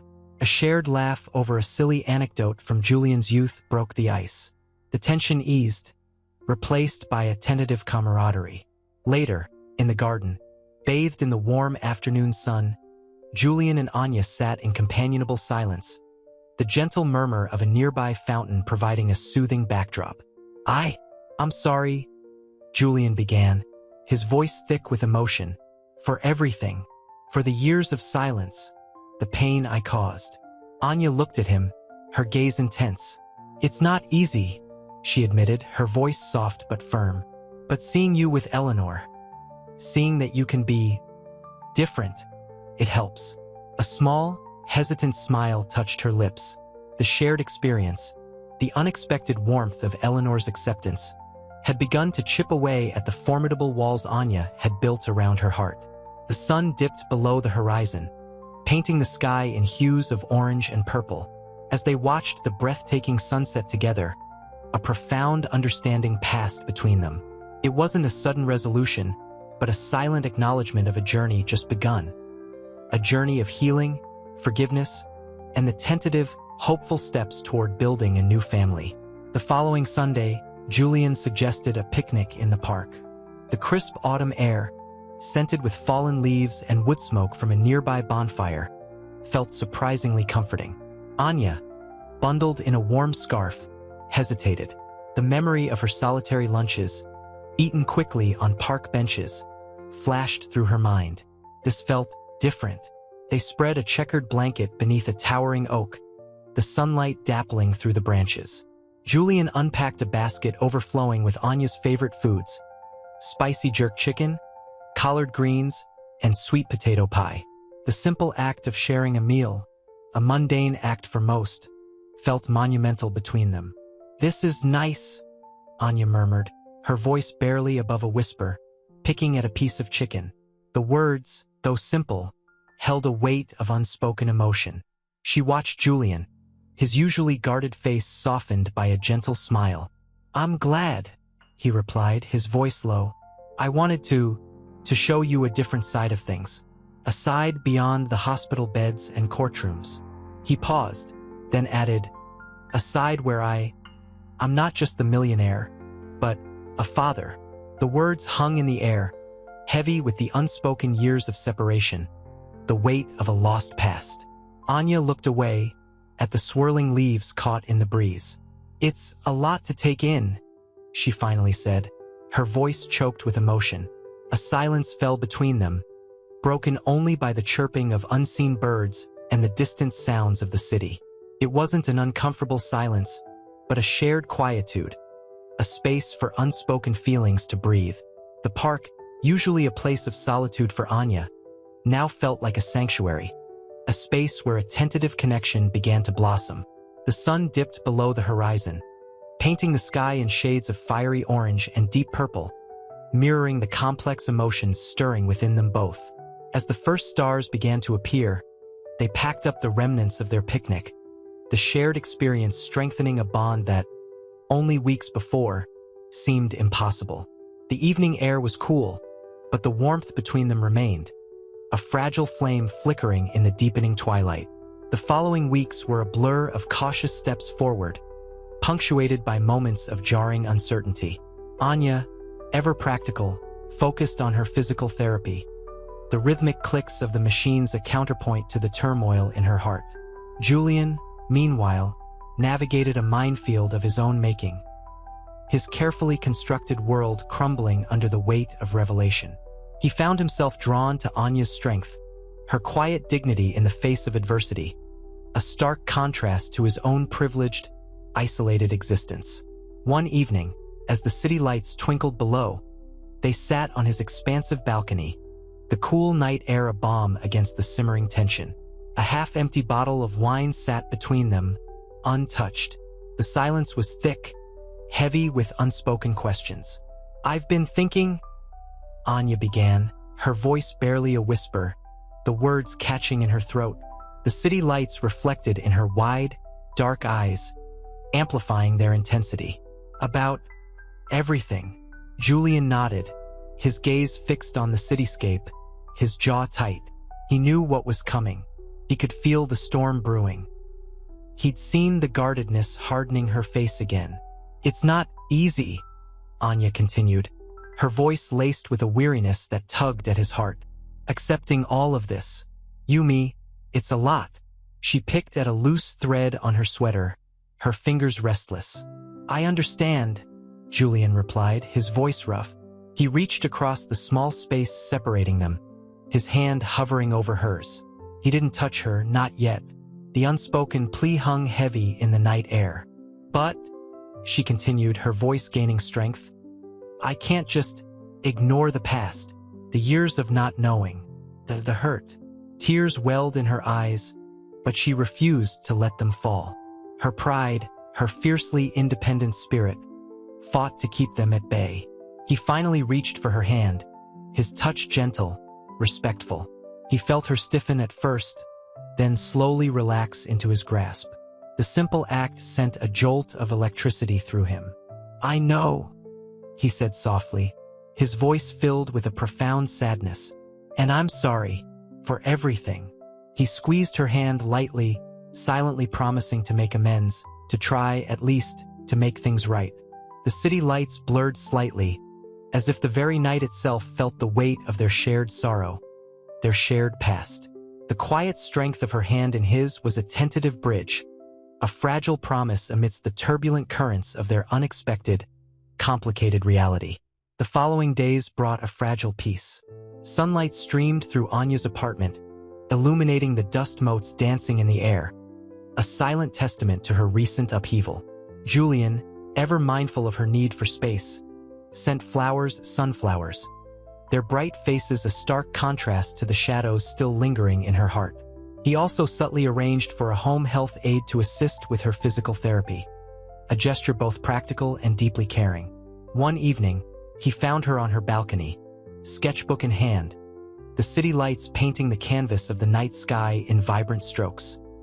He approached quietly, the gentle clink of his drink against the glass a barely audible sound. "Beautiful," he murmured, his voice low, respectful of her solitude. Anya looked up, startled, a faint blush rising on her cheeks. "Oh, Julian, you scared me." He smiled, a genuine, heartwarming smile that reached his eyes. "I apologize. I didn't mean to intrude." He sat beside her, a comfortable distance maintained. The scent of his expensive cologne mingled with the crisp night air. "It's nice," she said, gesturing to the view. "It helps to clear my head." He nodded, understanding. "I imagine it does. Things have been intense." "Intense is an understatement," she replied, a wry smile playing on her lips. The tension, however, was palpable. A small sigh escaped her lips, and she traced the outline of a building in her sketchbook. "I understand if you need more time," he said softly, his gaze meeting hers. "To process everything. To decide." He trailed off, hesitant. "I am processing," she stated, her voice calm but firm. "And I'm thinking about everything you said. About Isabella. About us." She turned a page in her sketchbook, revealing a half-finished portrait. A woman with kind eyes and a warm smile, a striking resemblance to Anya. Julian felt a pang of guilt. He caused so much pain. "I know it's not easy," he said, his voice thick with emotion. "But I hope you'll eventually consider letting me be a part of your life." The silence hung heavy between them, the city lights twinkling like a million unanswered questions. The weight of their shared past, the possibility of a future, pressed upon them, both a burden and a promise. Anya finally met his gaze, her dark eyes filled with a mixture of apprehension and something akin to hope. The fragile bridge they had begun to build remained, trembling but still standing, in the turbulent night. The next day, a sleek black car idled outside Anya's apartment building. Julian emerged, impeccably dressed as always, but his usual air of effortless confidence was replaced with a hesitant nervousness. He carried a bouquet of lilies, their delicate fragrance a stark contrast to the city's harsh clamor. He'd received an anonymous phone call, a veiled threat hinting at his relationship with Anya. A chill ran down his spine. This wasn't just about money anymore. This was about protecting Anya. He found her in her small, sun-drenched apartment, sketching. The scent of coffee hung in the air, mingling with the earthy aroma of her paints. She looked up, surprised, her expression guarded.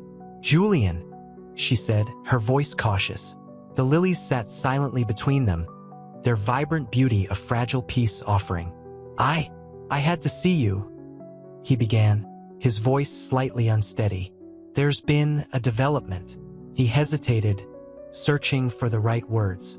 The anonymous call echoed in his mind, the implications heavy with menace. "What is it?" Anya asked, her brow furrowed with concern. She sensed the underlying tension in his demeanor, a shift from the tentative hope of their previous meeting. The sketchbook lay forgotten in her lap. Someone called, he explained, choosing his words carefully. They implied they knew about us. They threatened to expose it. He watched her closely, bracing himself for her reaction.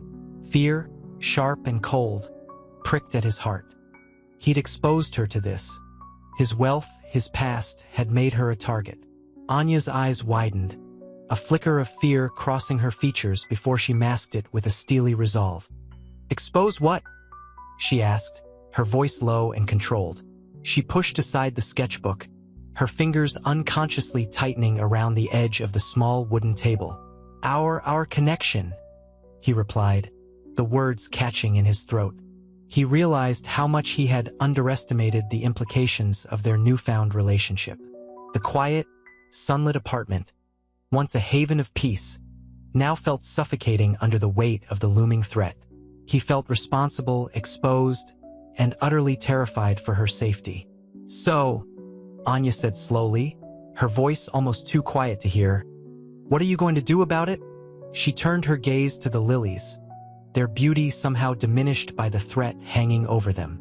The delicate fragrance felt ironic against the harsh reality of the situation. The fear she tried to suppress was finally breaking through, replaced by a quiet, controlled fury. This was more than just a personal dilemma. It was a battle for her life and for the fragile trust they'd begun to build.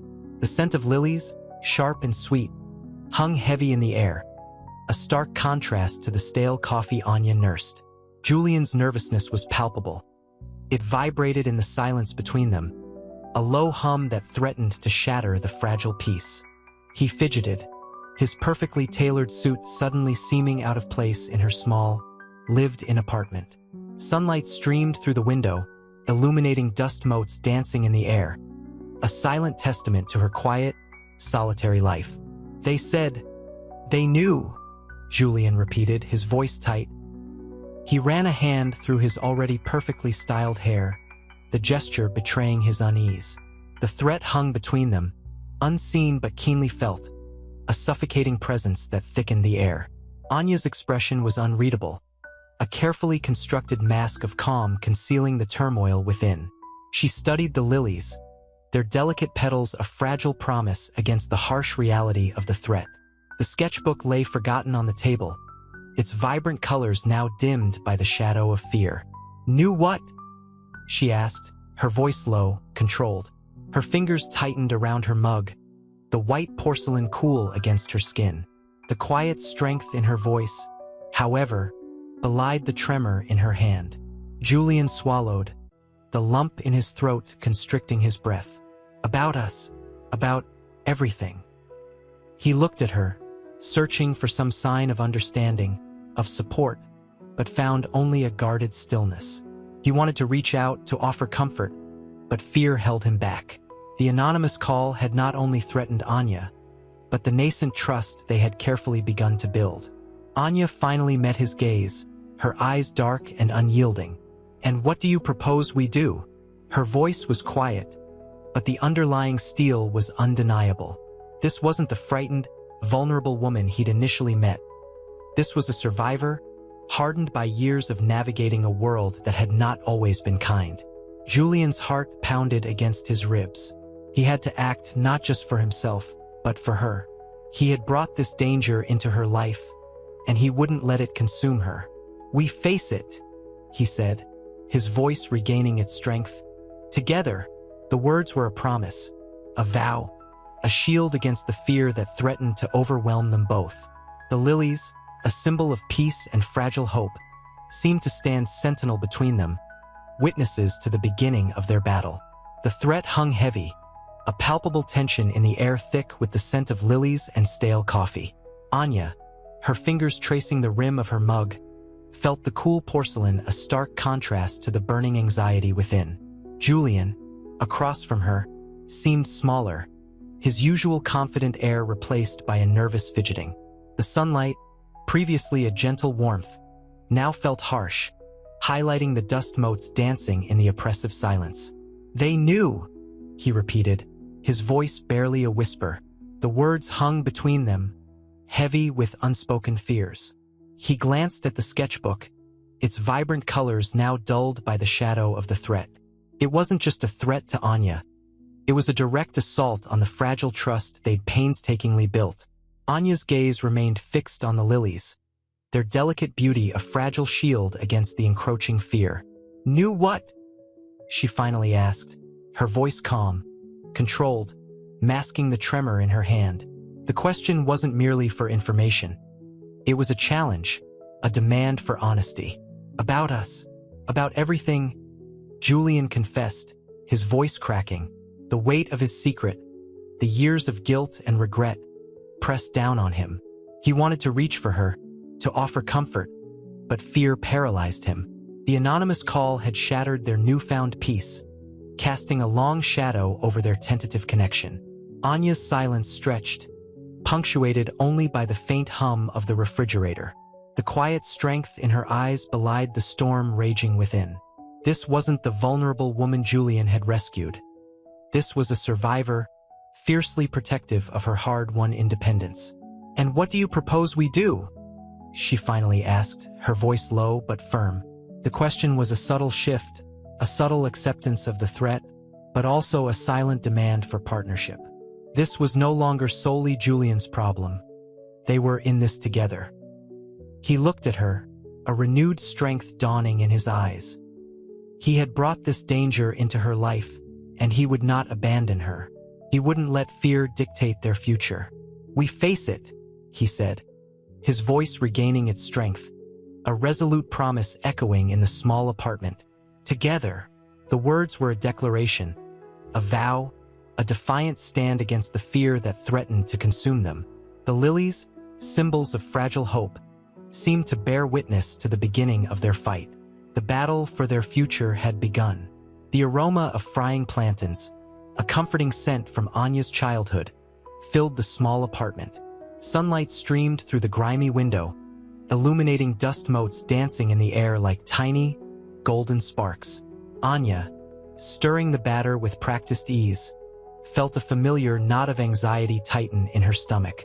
The threat, the anonymous call, hung over them like a shroud.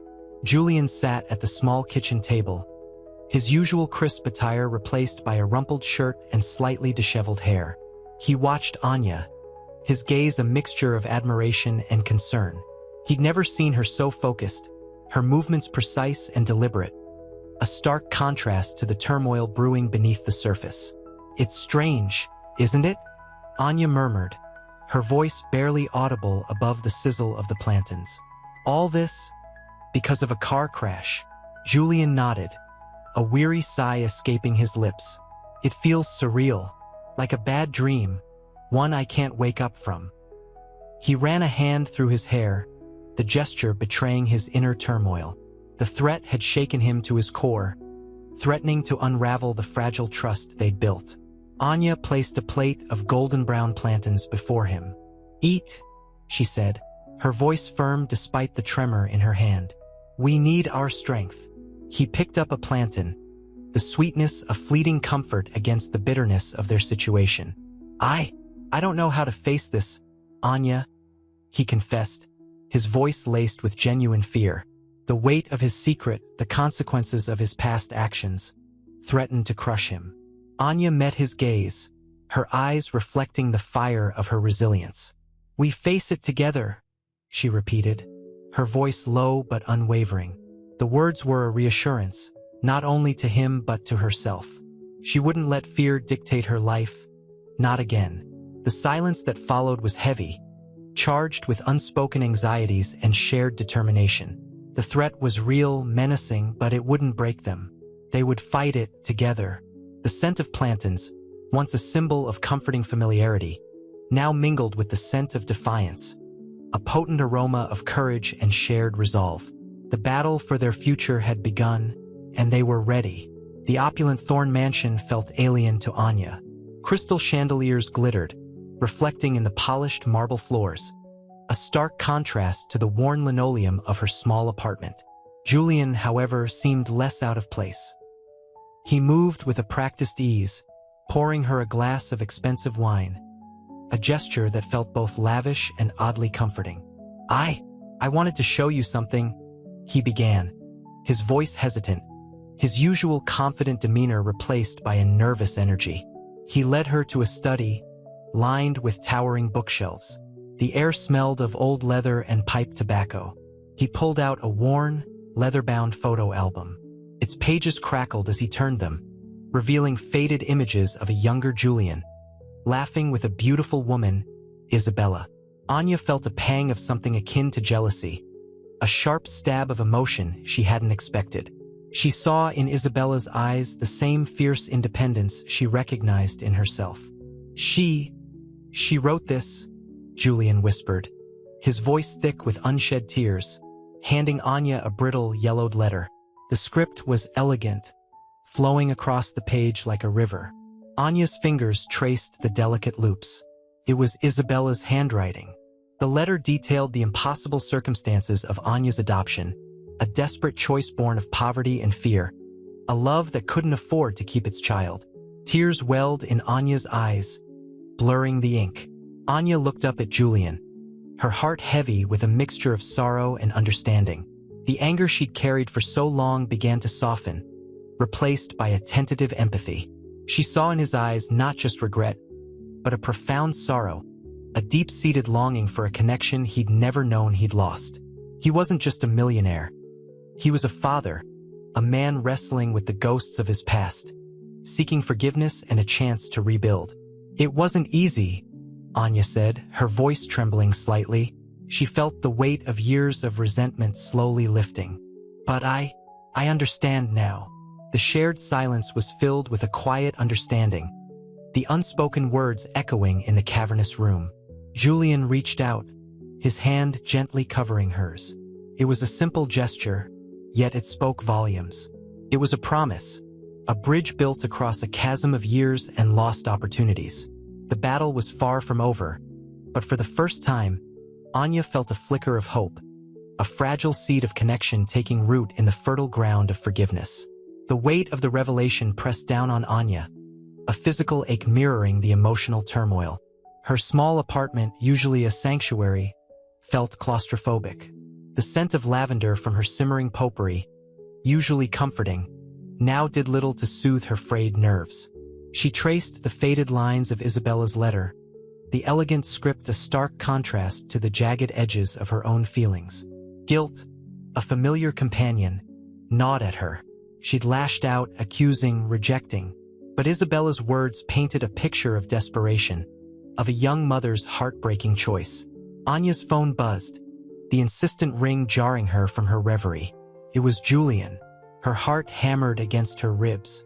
She hesitated, her finger hovering over the answer button, the fear of confrontation a heavy cloak.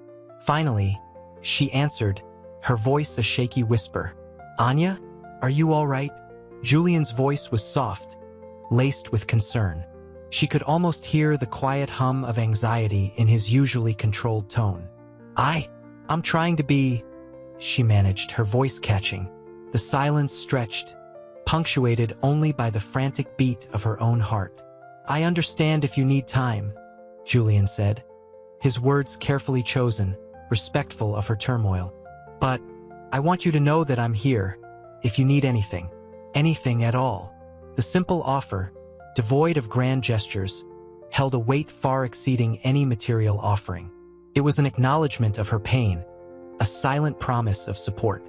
A tear escaped, tracing a path down her cheek, leaving a glistening trail. The anger, the resentment, were still there, simmering beneath the surface, but a crack had appeared, a sliver of something akin to understanding.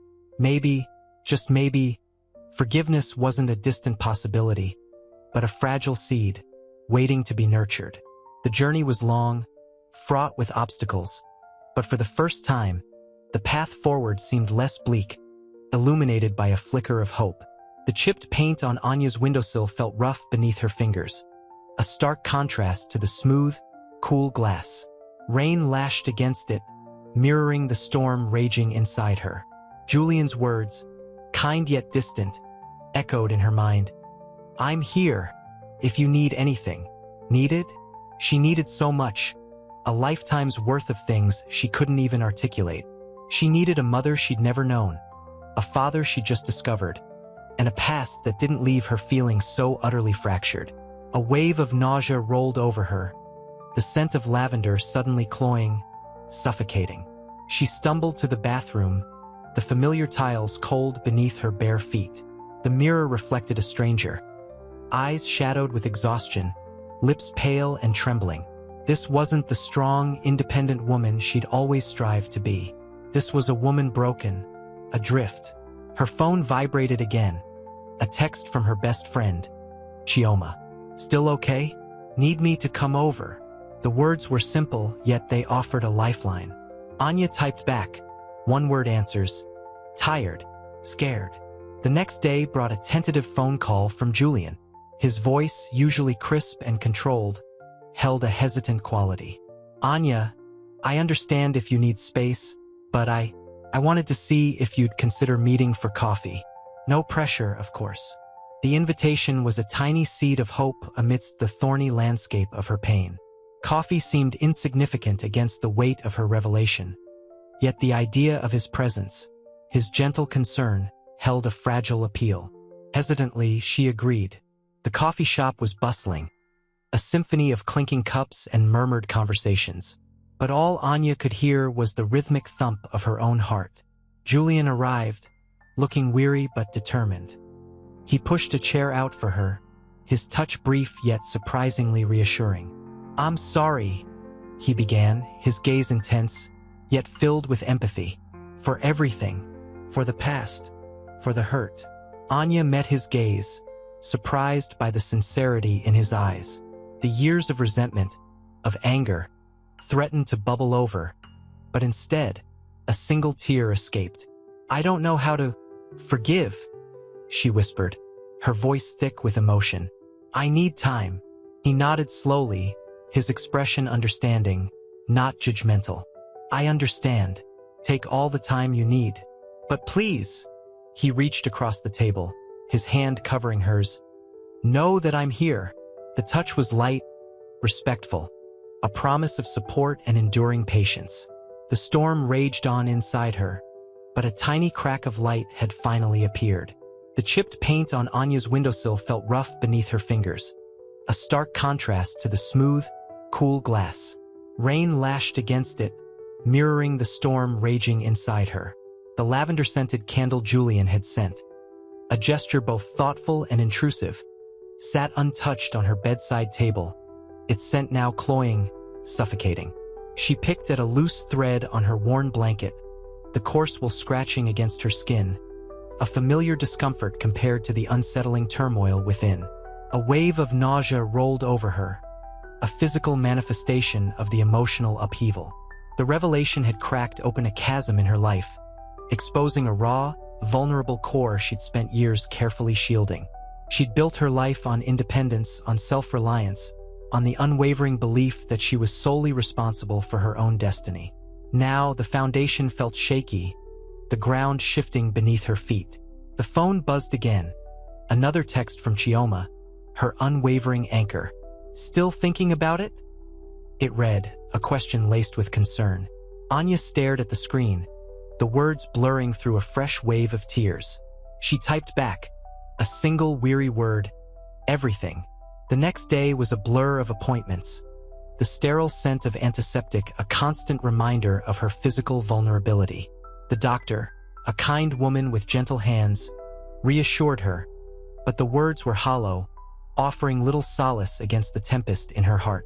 She returned home. The city sounds muffled, distant, like a muted soundtrack to her inner turmoil. The silence in her apartment was deafening, amplifying the chaos within. The weight of her past, the unknown years, pressed down on her, suffocating her with a profound sense of loss. She closed her eyes, a single tear escaping, tracing a path down her cheek, leaving a damp trail in its wake. The image of Julian's face, etched with remorse, flickered in her memory. She wondered if his regret was genuine, or simply a convenient balm for his guilt. The uncertainty gnawed at her, a relentless, insidious pain. The mahogany desk in Julian's opulent office felt alien beneath Anya's fingertips. The air, thick with the scent of expensive leather and old money, felt suffocating. He sat across from her, his face etched with lines of worry that mirrored her own. The silence stretched, punctuated only by the rhythmic tick-tock of a grandfather clock in the corner, each second a tiny hammer blow against her already fragile composure. "Anya," he began, his voice low and hesitant. "I understand if you need time, but I can't bear the thought of losing you again." His words, laced with genuine remorse, hung in the air, heavy and unspoken. Anya looked away, her gaze settling on a framed photograph, a younger Julian, laughing, his arm around a woman with kind eyes and a radiant smile. Isabella, the ghost of a mother she'd never known. A tear escaped, tracing a path down her cheek. The weight of her past, a heavy cloak, felt almost unbearable. "It's not just about the past, Julian," she whispered, her voice barely audible. "It's about everything. The life I built, the independence I fought for. It all feels shattered." She ran a hand through her hair, the gesture clumsy, revealing the tremor in her hand. He reached across the desk, his hand hovering above hers. He didn't touch her, respecting her unspoken boundaries. "I know," he said softly. "I understand. But I also want you to know that I wouldn't try to take that away from you. What I want is to be a part of your life if you'll let me. To support you, to love you, not as a father replacing the one you never had, but as a friend, a family." The words hung in the air, fragile yet strong, an offering of hope amidst the wreckage of her past.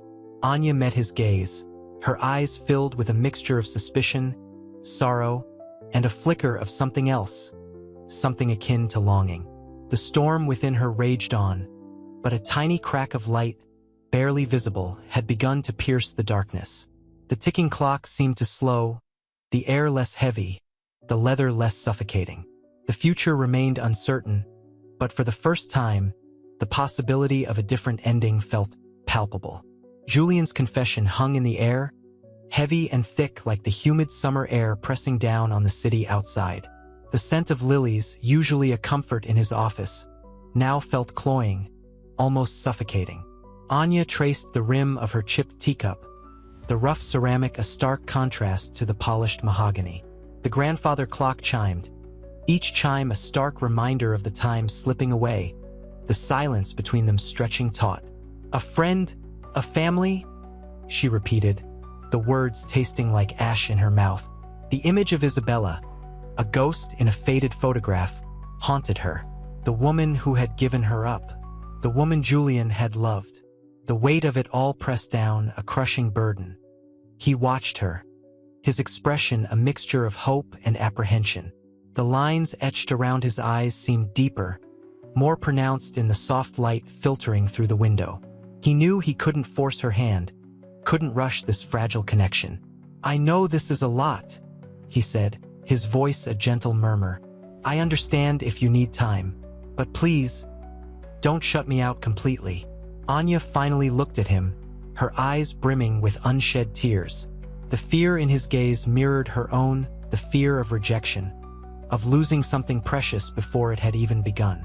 The chasm between them, vast and seemingly unbridgeable, felt less like an insurmountable obstacle and more like a delicate bridge that could crumble under the weight of unspoken emotions. The storm within her raged, but a fragile tendril of hope, slender and tenacious, had taken root.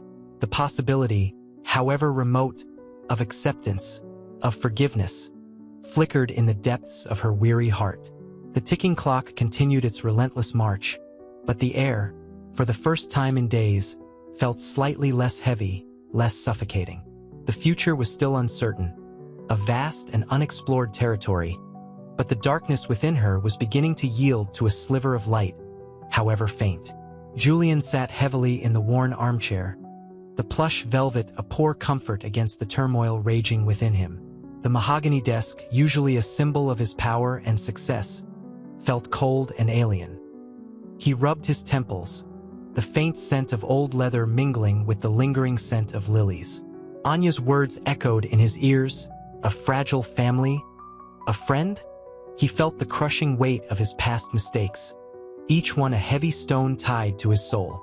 The adoption, his silence, his self-imposed exile from Isabella's life. It all clawed at his conscience. He had built an empire but lost the most precious thing in the process. The city lights blurred through the rain-streaked windows, mirroring the confusion swirling in his mind. He thought of Anya's strength, her resilience, her quiet dignity. He'd seen it in the way she navigated the city's harsh edges, in her unwavering gaze, in the way she refused pity. Her independent spirit mirrored Isabella's. He had lost both of them in different ways. A wave of nausea washed over him, a bitter taste of regret coating his tongue. He hadn't just lost a daughter. He'd lost a love, a chance at a family. He hadn't been a father. He'd been a ghost, a shadow lurking in the corners of her life. The thought of her facing the world alone, bearing the burden of his past, was almost unbearable. He needed to do more than just offer money. He needed to earn her trust, her forgiveness. He had to show her, somehow, that this wasn't just about a blood test. It was about a connection, a longing, a chance for redemption. He had to unravel the tangled threads of his past, to confront the demons that had kept him from her all these years. The silence in the room deepened, punctuated only by the rhythmic drumming of the rain. The task ahead felt daunting, insurmountable, yet he knew, with a certainty that surprised even him, that he had to try. He had to fight for her, for them, for the family he'd almost lost before he'd even known it existed. He had to show Anya that he would never let her down again. The misunderstanding bloomed from a seemingly innocuous act. Julian, attempting a gesture of reconciliation, sent Anya a bouquet of lilies, her mother's favorite flower, a detail he'd learned from Isabella's sister. The gesture, meant to bridge the chasm between them, instead widened the crack. Anya, seeing the lilies, felt a fresh wave of abandonment wash over her. The expensive blooms, the lavish display, felt like a mocking imitation of genuine connection, a callous attempt to buy her forgiveness. "They're beautiful," she said, her voice flat, her gaze fixed on the vibrant white petals. The scent, usually comforting, now felt suffocating, a reminder of the opulent life she'd been denied. "But they don't change anything, Julian." He watched, helpless, as the fragile trust they'd begun to build crumbled. The weight of his actions, his silences, pressed down on him. He'd intended to ease her pain, but had instead resurrected it, amplified it with the very symbols of her lost past. The opulent suite, usually a haven of comfort, felt like a gilded cage. The city lights, usually a beacon of hope, felt cold and distant, mirroring the chill that had settled between them. "Anya," he began, his voice rough with unspoken emotions. "I didn't mean what, Julian?" she interrupted, her voice sharp with hurt. "Didn't mean to buy my silence? Didn't mean to pretend this sudden largesse makes up for a lifetime of absence." She traced the delicate curve of a lily petal, her fingers trembling slightly. The rain outside mirrored the storm brewing within her. Each drop was a tear unshed, a word unspoken, a lifetime of hurt. "This isn't about flowers, Julian. It's about the years you stole from me. The silence stretched, heavy and thick with unspoken accusations. The opulent room felt stifling, the expensive artwork a cruel reminder of the disparities in their lives, the chasm of experience that separated them. Julian felt the sting of her words, the truth in her accusation cutting deeper than any rejection. He hadn't just been absent. He'd been negligent, careless, selfish. He'd built a life of wealth and comfort while she struggled, alone. He looked at her, the woman who'd saved his life, and saw not just his daughter, but the embodiment of his own past failures. The rain continued its relentless rhythm against the window panes, each drop a relentless reminder of his own inadequacy. He had to find a way to mend this, to show her the genuine remorse that words alone couldn't convey. He had to earn her trust, not buy it. The weight of that realization was almost unbearable. The silence stretched, thick and suffocating as the rain lashed against the panoramic window. Anya's back was to him, the curve of her shoulders a testament to the unshed tears Julian knew were falling. The opulent suite, a monument to his success, felt like a prison. He reached out, his hand hovering over her arm, then retracted, the gesture feeling clumsy, inadequate. He cleared his throat, the sound thin and reedy in the vast space. "Anya," he began again, his voice husky. I understand the anger, the hurt, the lilies. They were a mistake, a terrible, thoughtless mistake." He paused, searching for the right words that could bridge the chasm that had opened between them, words that could convey the depth of his regret. He moved closer, settling onto the plush sofa beside her. The scent of lilies, cloying and sweet, was a constant reminder of his blunder. He felt the weight of his years of absence, the silent decades stretching between them, a stark and unforgiving landscape. He could almost hear the echo of her unspoken accusations, each one a sharp, painful stab. "I didn't want to replace the years I missed," he continued, his voice trembling slightly. I wanted to show you how much I regret everything, how much I wish things were different." He could see the outline of her profile, the delicate line of her jaw, the way her shoulders trembled. Anya remained silent, her stillness a stark contrast to the tempest raging outside. He knew that words weren't enough. Actions, genuine and heartfelt, were the only currency that would mend this fractured connection. He had to show her, not tell her, the depth of his remorse, the sincerity of his desire to build a relationship built on trust, not on expensive gestures or hollow promises. The path ahead was daunting, fraught with the complexities of a lifetime of missed opportunities and unspoken hurts, but he was ready to walk it, one painful, hesitant step at a time. The rain outside finally began to subside, the first tentative rays of dawn painting the sky a soft gray. A new day began, and with it, the possibility of a new beginning, however fragile and uncertain. The misunderstanding festered. Anya, curled on her sofa, the plush velvet offering little comfort, replayed Julian's clumsy attempts at reconciliation. The lilies, a symbol of his wealth and his insensitive attempt at apology, felt like a suffocating weight. The rain outside mirrored the storm within her. Each drop was a sharp, accusing finger. She hadn't seen him since that disastrous evening. The silence, heavy and suffocating, was a stark contrast to the incessant chatter of the city outside her window. The vibrant tapestry of urban life, the honking taxis, the distant sirens, the laughter of children, served only to highlight her isolation. Julian, meanwhile, sat alone in his vast, empty office, the city lights a blurred panorama beyond his panoramic window. The silence was deafening. He ran a hand through his graying hair, the weight of his guilt pressing down on him like a physical burden. He had meant well, God knew he had. Yet, his attempts at connection only seemed to push Anya further away. The opulent surroundings, once a source of comfort and pride, now felt like a cage. The following morning, Anya awoke to a single, perfect red rose sitting on her kitchen table. No card, no note, just the solitary bloom, its crimson petals a stark contrast to the pale morning light. A tear traced a path down her cheek.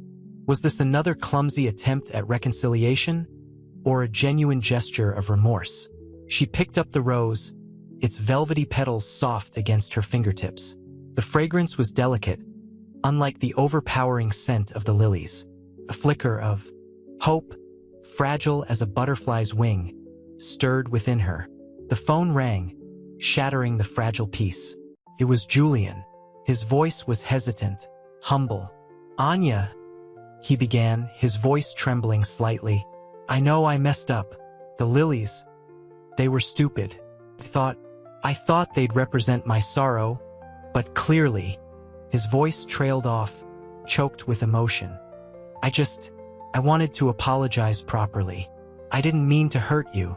Anya's anger, so fierce only hours before, began to soften.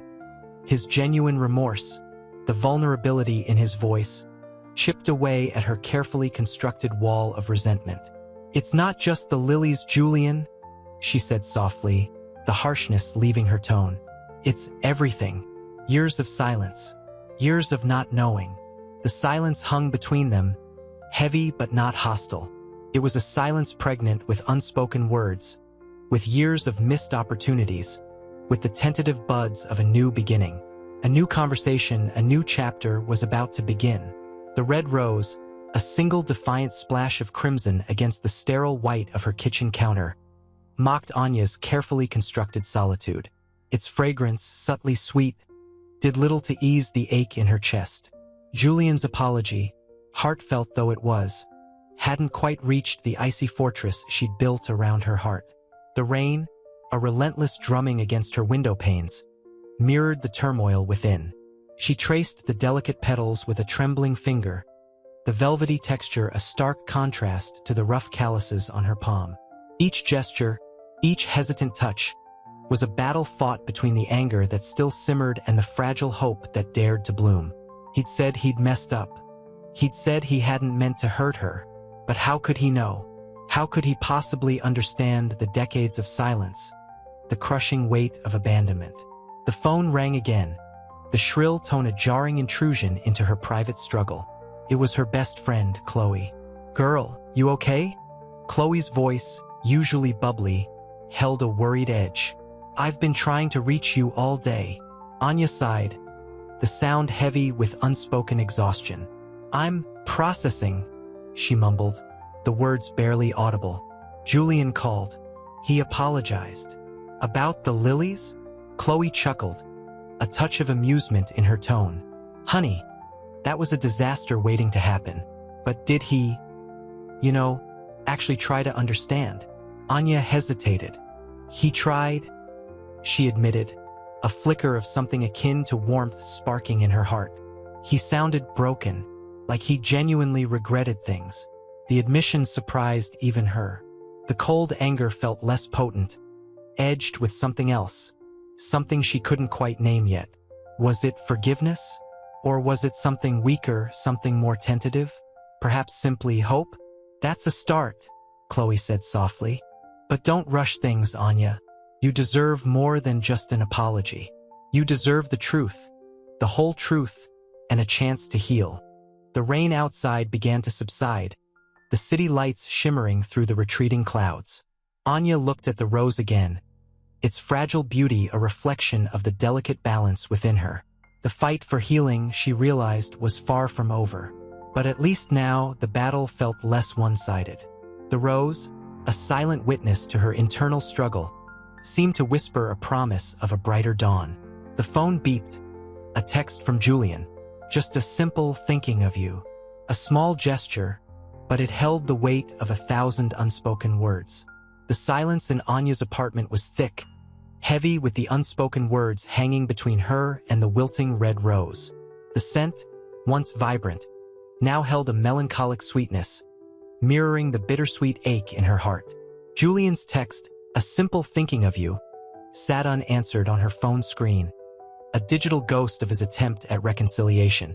Outside, the city hummed, a distant lullaby that couldn't soothe the turmoil within.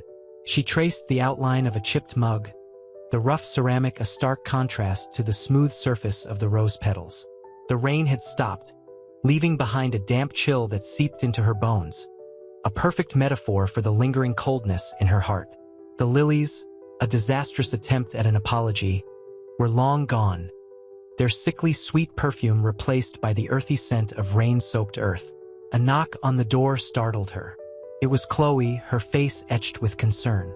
"Anya, baby, I brought lasagna. And wine. Lots of wine," Chloe announced, her voice a warm counterpoint to the chill in the air. Anya managed a weak smile. "Thanks, Chloe.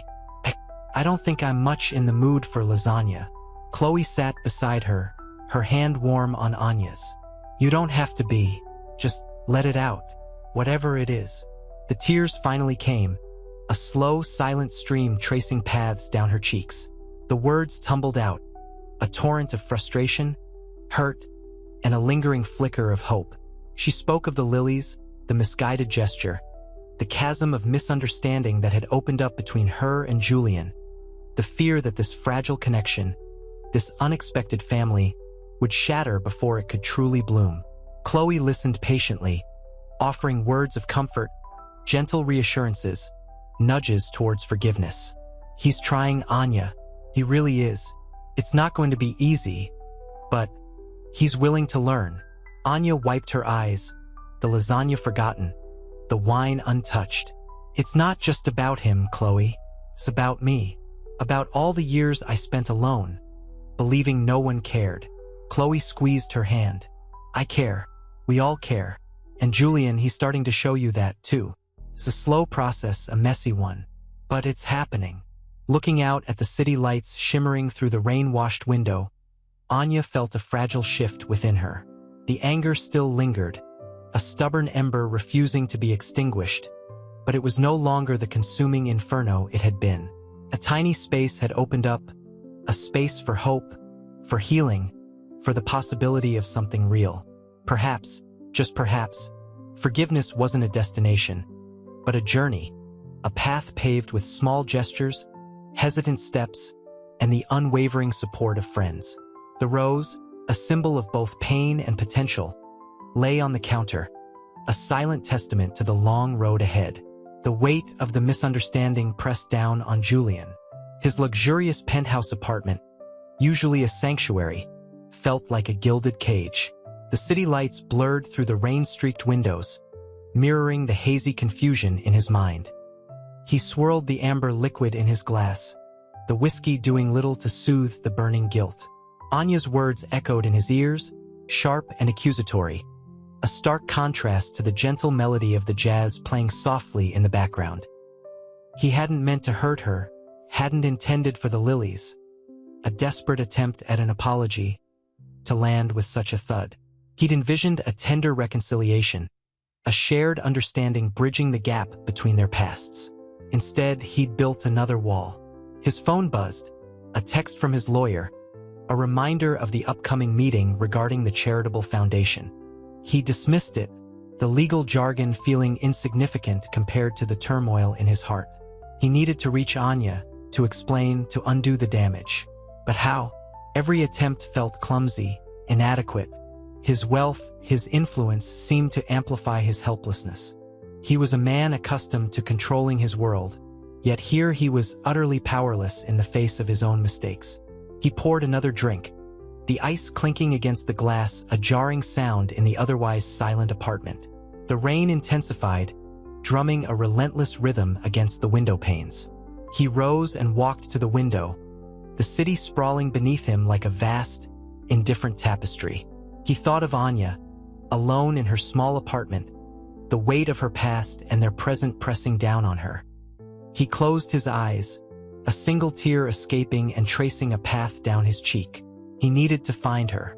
He needed to try again, not with flowers or grand gestures, but with honesty, with vulnerability, with the raw, unfiltered truth of his remorse. The city lights seemed to dim, the weight of his regret a palpable presence in the room. He picked up his phone, his thumb hovering over Anya's number. This time he would not fail. The scent of lilies, still faintly lingering in the air, mocked Julian. He hadn't anticipated his apology would be so poorly received. The bouquet a clumsy, expensive symbol of his inadequacy. He'd imagined a tearful embrace, a shared understanding, but Anya's sharp words, her accusations of insincerity, still stung. He replayed the conversation in his head, searching for a flaw in his approach, a missed cue. He found only his own clumsy attempts at connection, fueled by guilt and a desperate need for forgiveness. His phone vibrated, a text from Anya's friend, Chloe. "She's not answering her phone, Julian. She needs you." The message hung heavy, a lifeline in the churning storm of his self-recrimination. He raced to her apartment, the familiar city streets blurring in the relentless downpour. The worn steps of her building seemed to climb endlessly under the weight of his apprehension. He knocked, the sound swallowed by the drumming rain, his heart echoing the frantic beat. Finally, he heard a muffled sound, the hesitant click of the lock. Anya stood in the doorway, her eyes red-rimmed, her face pale under the harsh fluorescent hall light. The apartment was small, cluttered, but somehow comforting in its lived-in warmth. Anya offered no greeting. The silence hung between them, thick and heavy with unspoken emotions. "Anya," he began, his voice barely a whisper. I didn't mean to hurt you." She turned away, her shoulders slumping. The silence stretched, broken only by the rhythmic drip of a leaky faucet in the kitchen. He watched her, his heart aching with the weight of his missteps.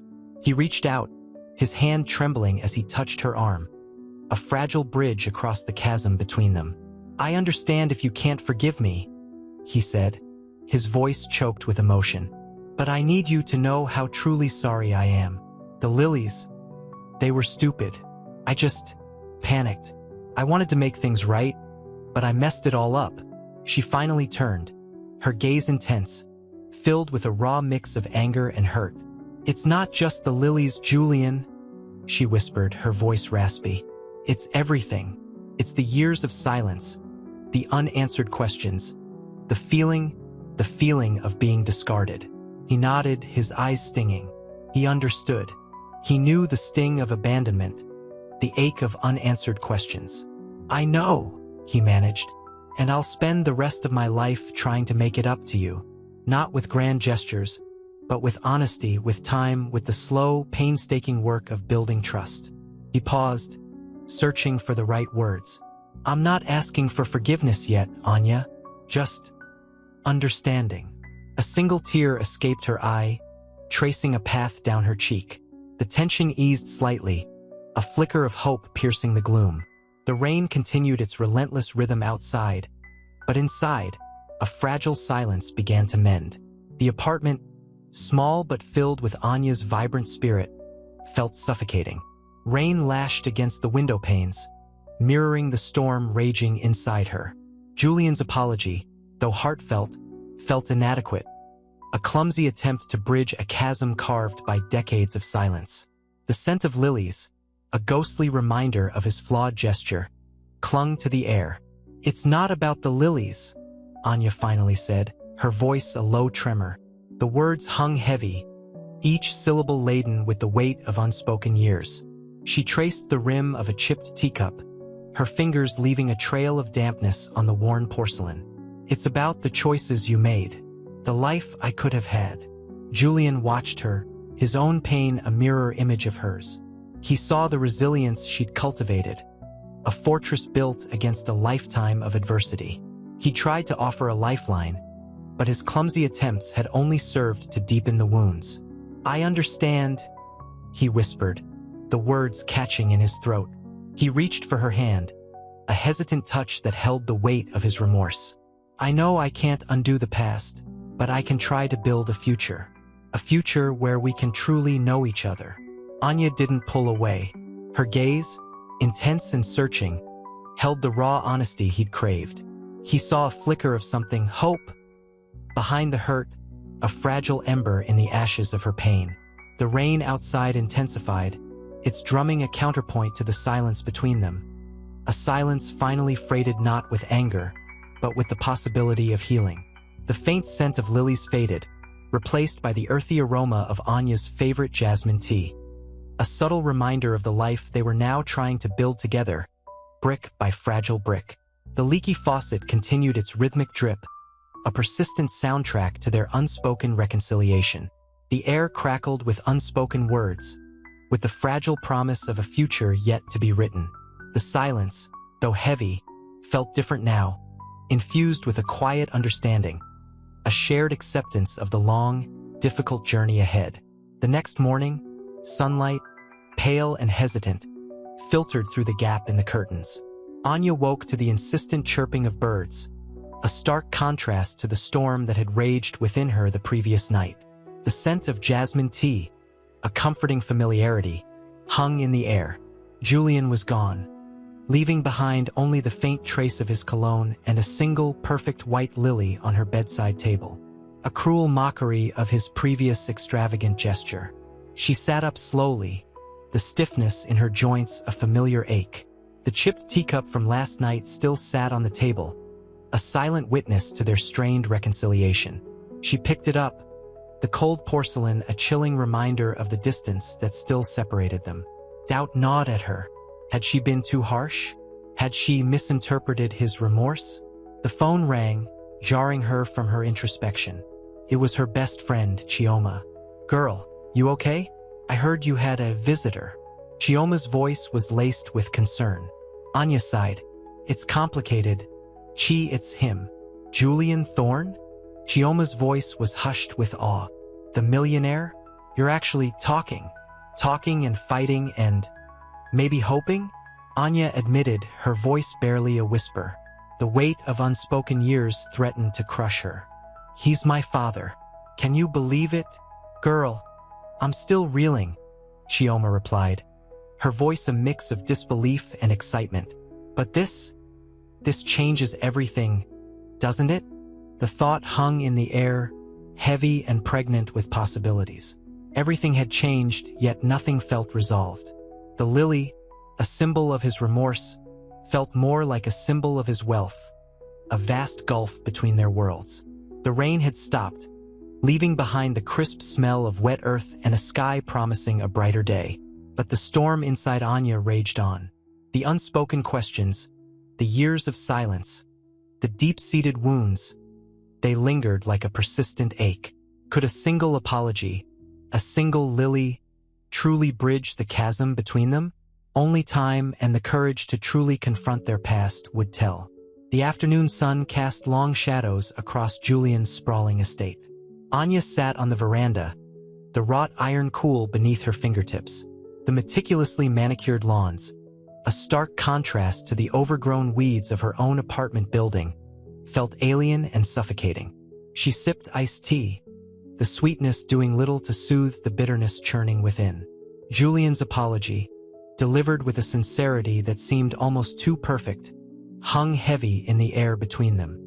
"I understand if you need time," Julian said, his voice soft, his gaze searching.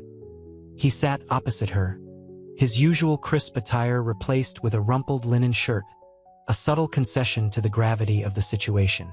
The expensive scent of his cologne, usually so sharp, was muted, almost apologetic.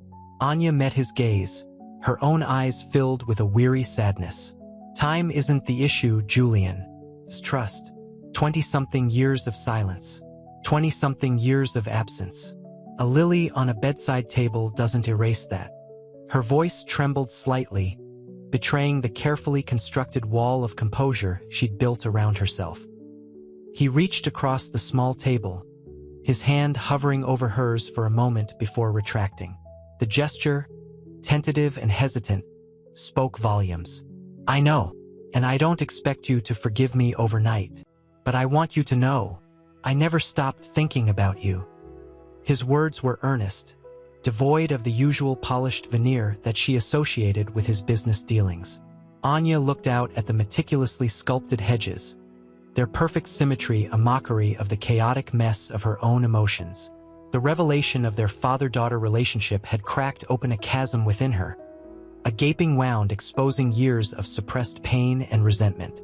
The anger, once a sharp, burning flame, had simmered down to a dull ache, but it was still there, a constant reminder of the years stolen from her. "Thinking isn't enough, Julian," she whispered, her voice thick with unshed tears. Being there, that's what matters. Being a father, that's what I missed.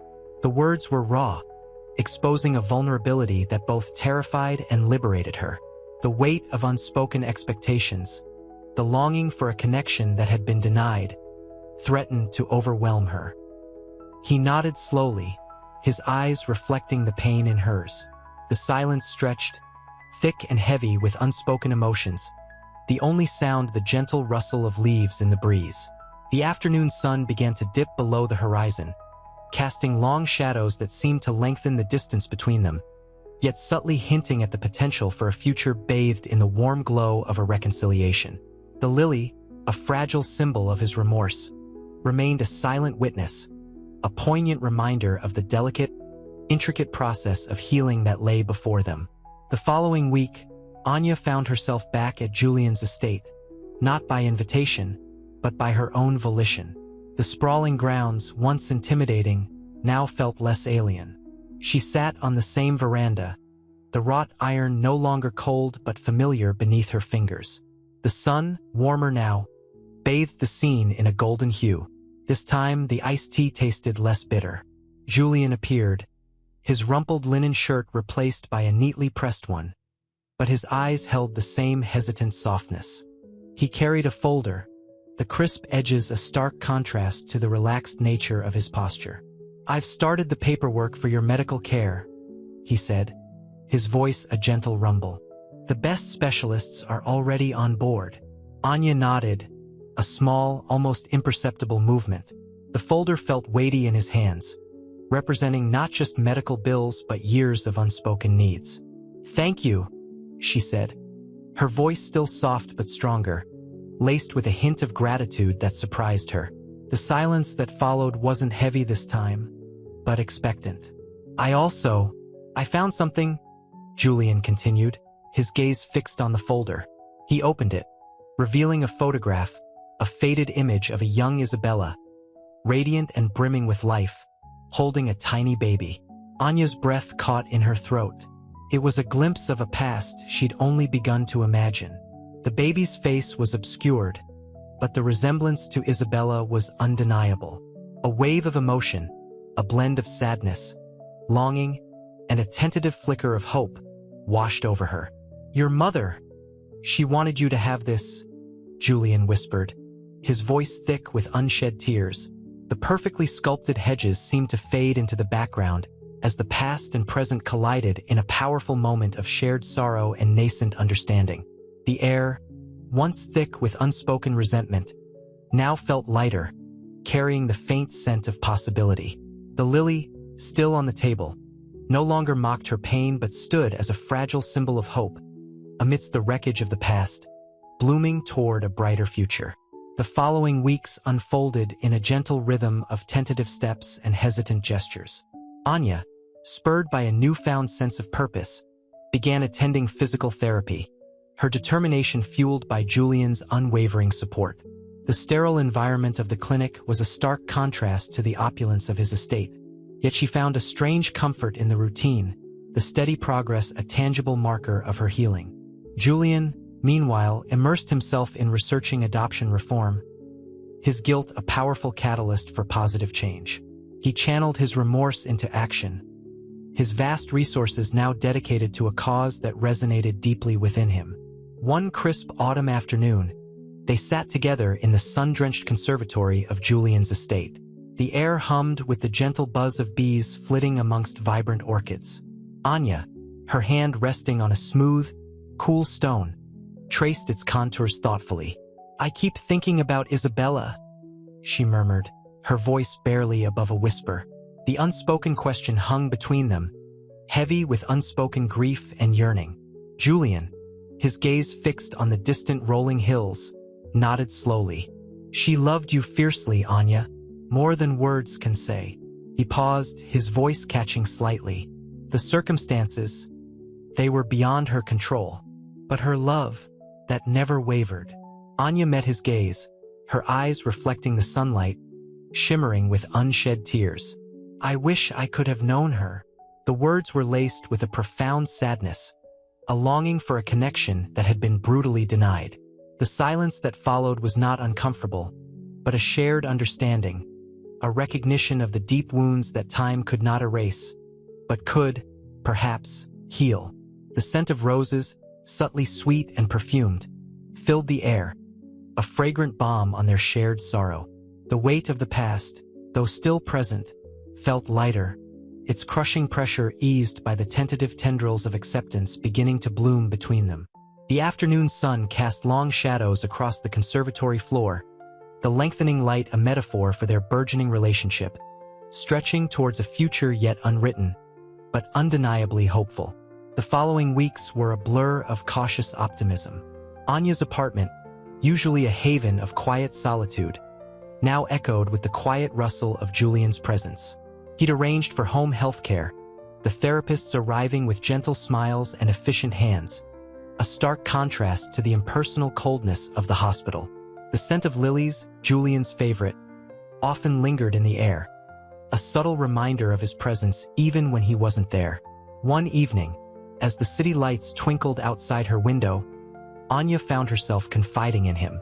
"It's strange," she admitted, her voice barely a whisper above the hum of the city.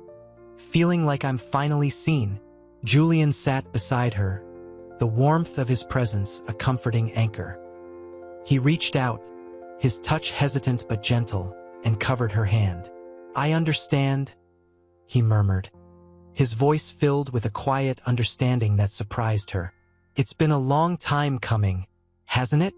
His eyes, usually sharp and calculating, were now soft, filled with a gentle empathy that melted away some of her lingering resentment.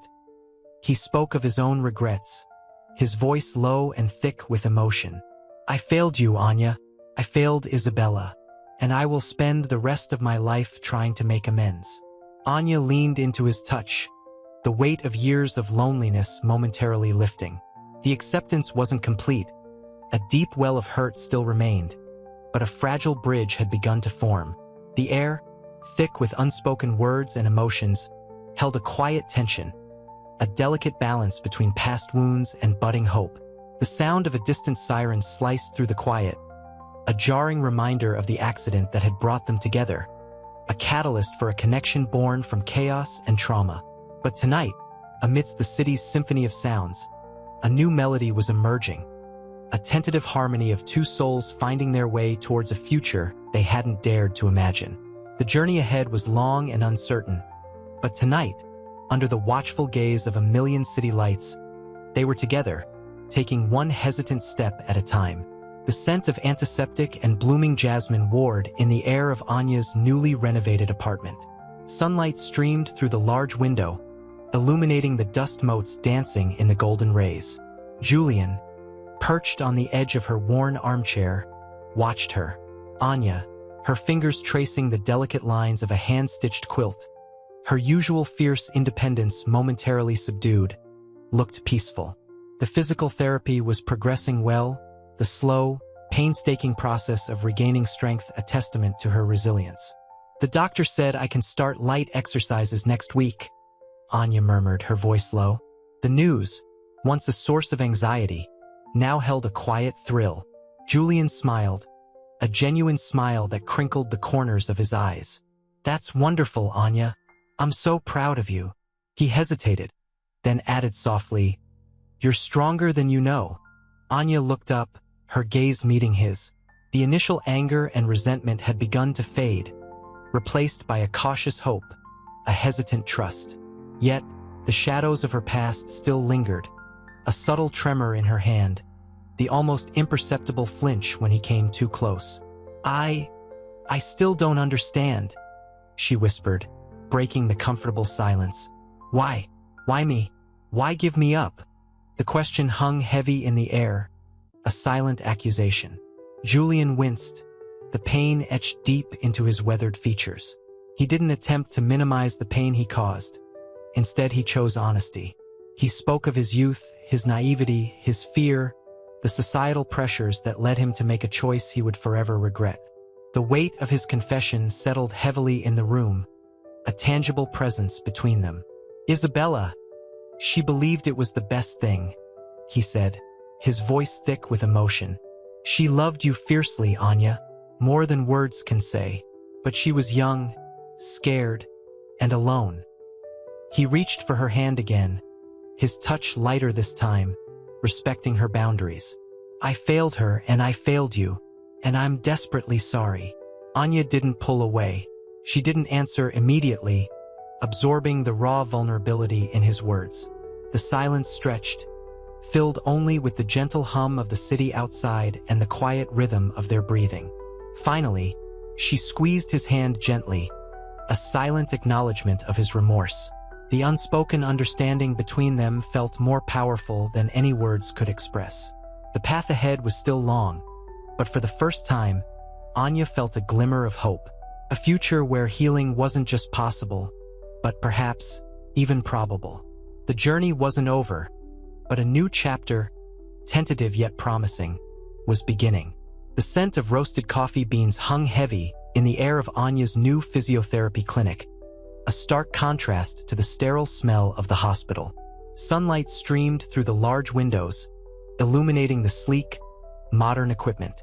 Anya, clad in comfortable workout clothes, focused intently on the therapist's instructions, her brow furrowed in concentration. The exercises were challenging, pushing her body to its limits, but she persevered, a quiet determination etched on her face. Julian watched from a nearby chair, his heart swelling with pride. He'd arranged for this private clinic, the best in the city, sparing no expense. He saw the slight tremor in her hand as she struggled with a particularly difficult stretch, a reminder of the long road to recovery. It wasn't just physical healing. It was about rebuilding her confidence, her independence. He wanted to help, but knew hovering would be counterproductive.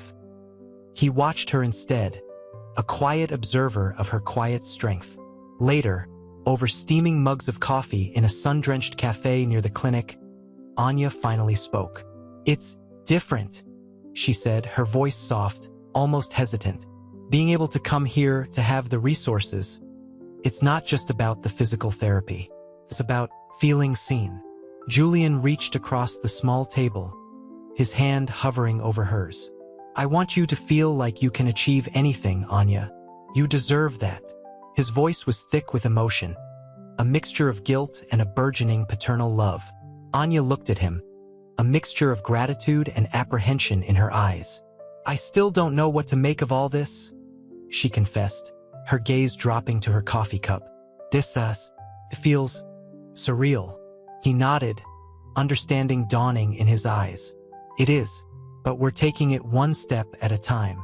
And I'll be here, every step of the way.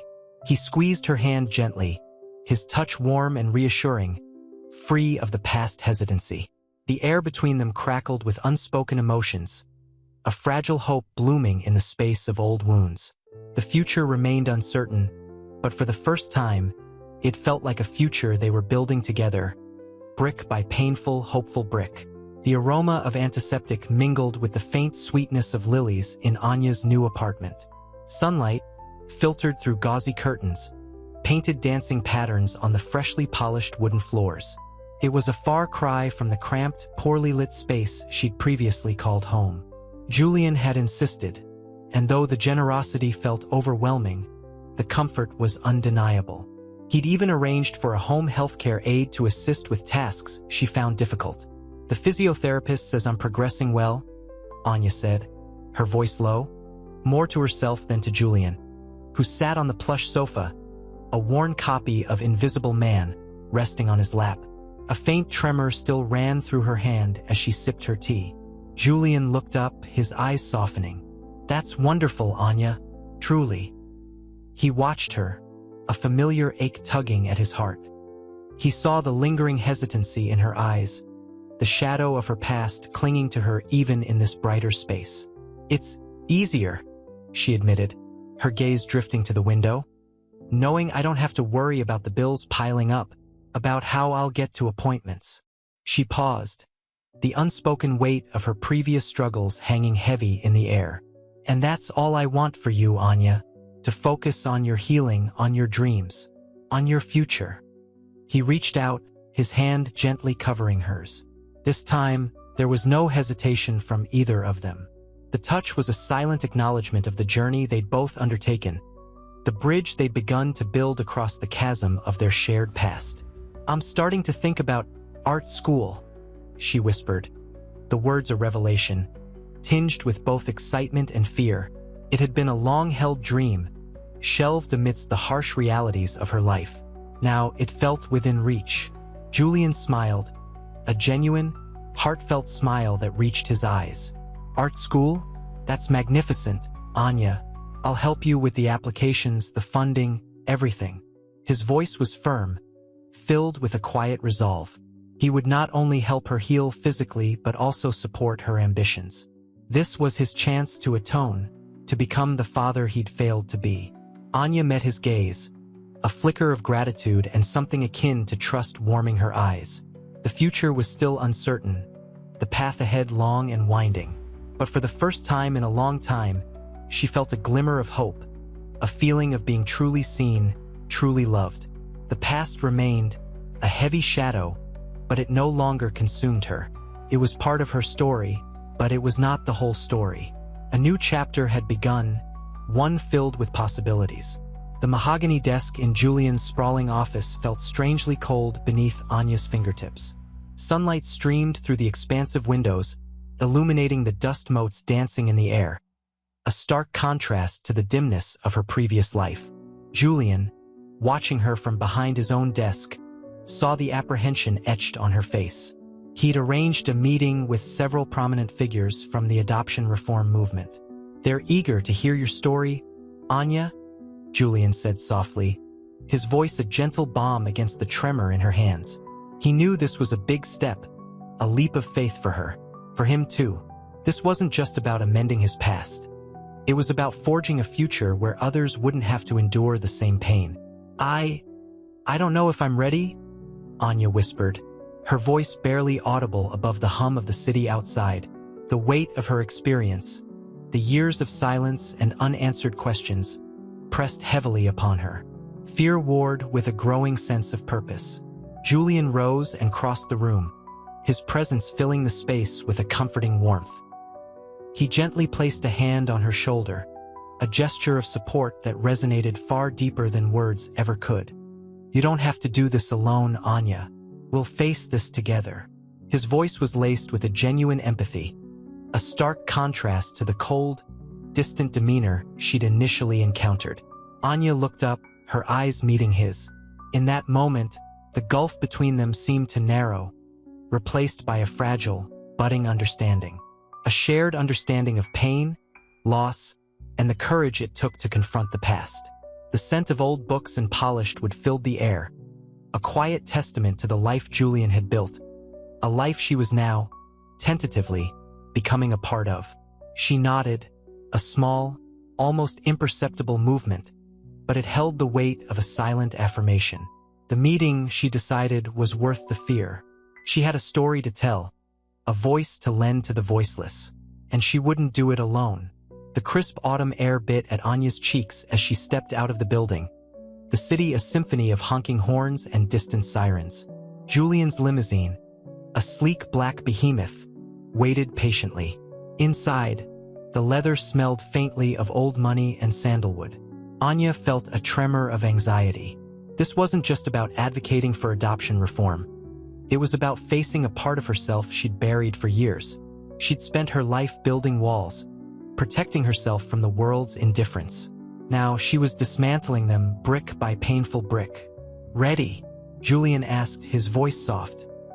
He looked different in the soft light, the sharp lines of his face softened by a weariness she understood intimately. Anya nodded, forcing a smile. "As I'll ever be." The words felt inadequate, a pathetic attempt to convey the complex tapestry of emotions swirling within her. Fear, yes, but also a burgeoning hope, a hesitant belief in the possibility of something better. The ride was silent, punctuated only by the gentle hum of the engine and the rhythmic swish of the wipers against the rain-streaked windshield. The city lights blurred into streaks of color, a kaleidoscope reflecting the turmoil within her. She glanced at Julian, his profile etched in the dim light, a man wrestling with his own demons. The weight of shared history, the unspoken apologies hanging heavy in the air, created a strange intimacy. The meeting room was hushed, expectant. Faces, serious and sympathetic, turned to watch the mentor. Anya felt Julian's hand briefly brush hers under the table, a silent gesture of support that steadied her nerves. She took a deep breath, the scent of polished wood and expensive stationery filling her nostrils, a stark contrast to the sterile smell of the hospital where her life had taken an unexpected turn.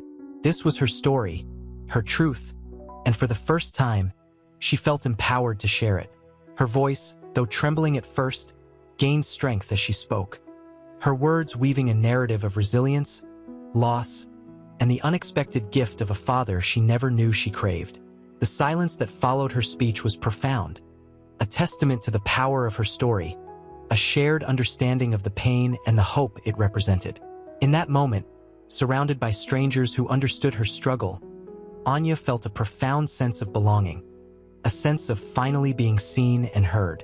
The seeds of healing had been sown, and the future, though uncertain, felt a little brighter.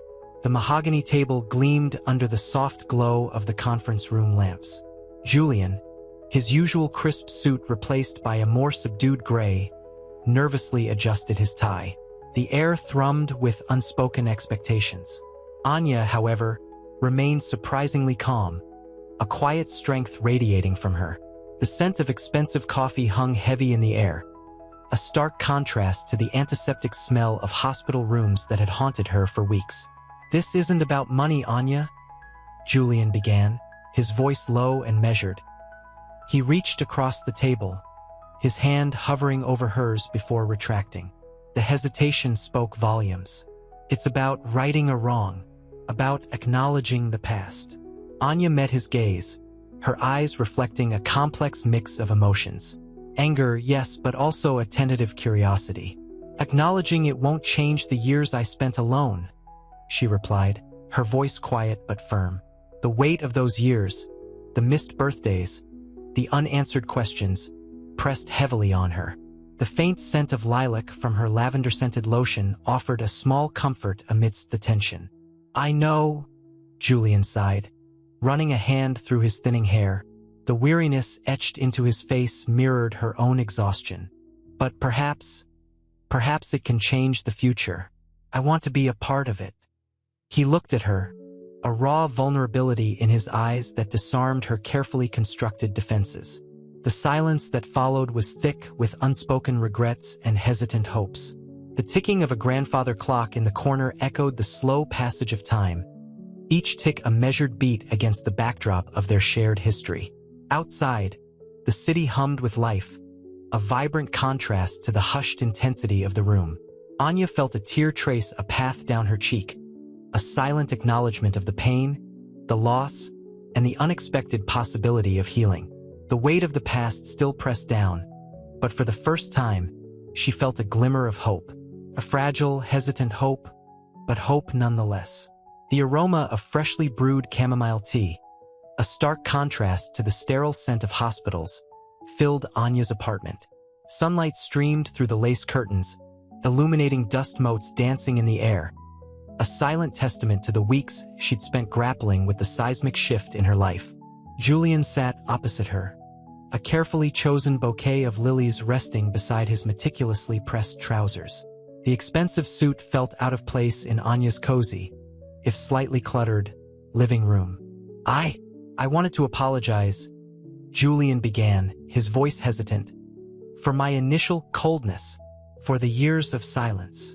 He reached for a teacup, his hand trembling slightly. The porcelain warmed his skin, a small comfort in the vastness of his regret. Anya met his gaze, her expression unreadable. The anger had dulled, replaced by a weary acceptance. "Coldness is a luxury I can't afford," she replied, her voice quiet, laced with the quiet dignity that had always defined her. But the silence, that hurt. She traced the rim of her own cup, her knuckles white. The silence stretched, thick with unspoken emotions. The ticking clock on the wall seemed to amplify the weight of the past. Julian watched her, her strength both mesmerizing and heartbreaking. He saw the resilience forged in years of struggle, the quiet dignity that masked a deep well of pain.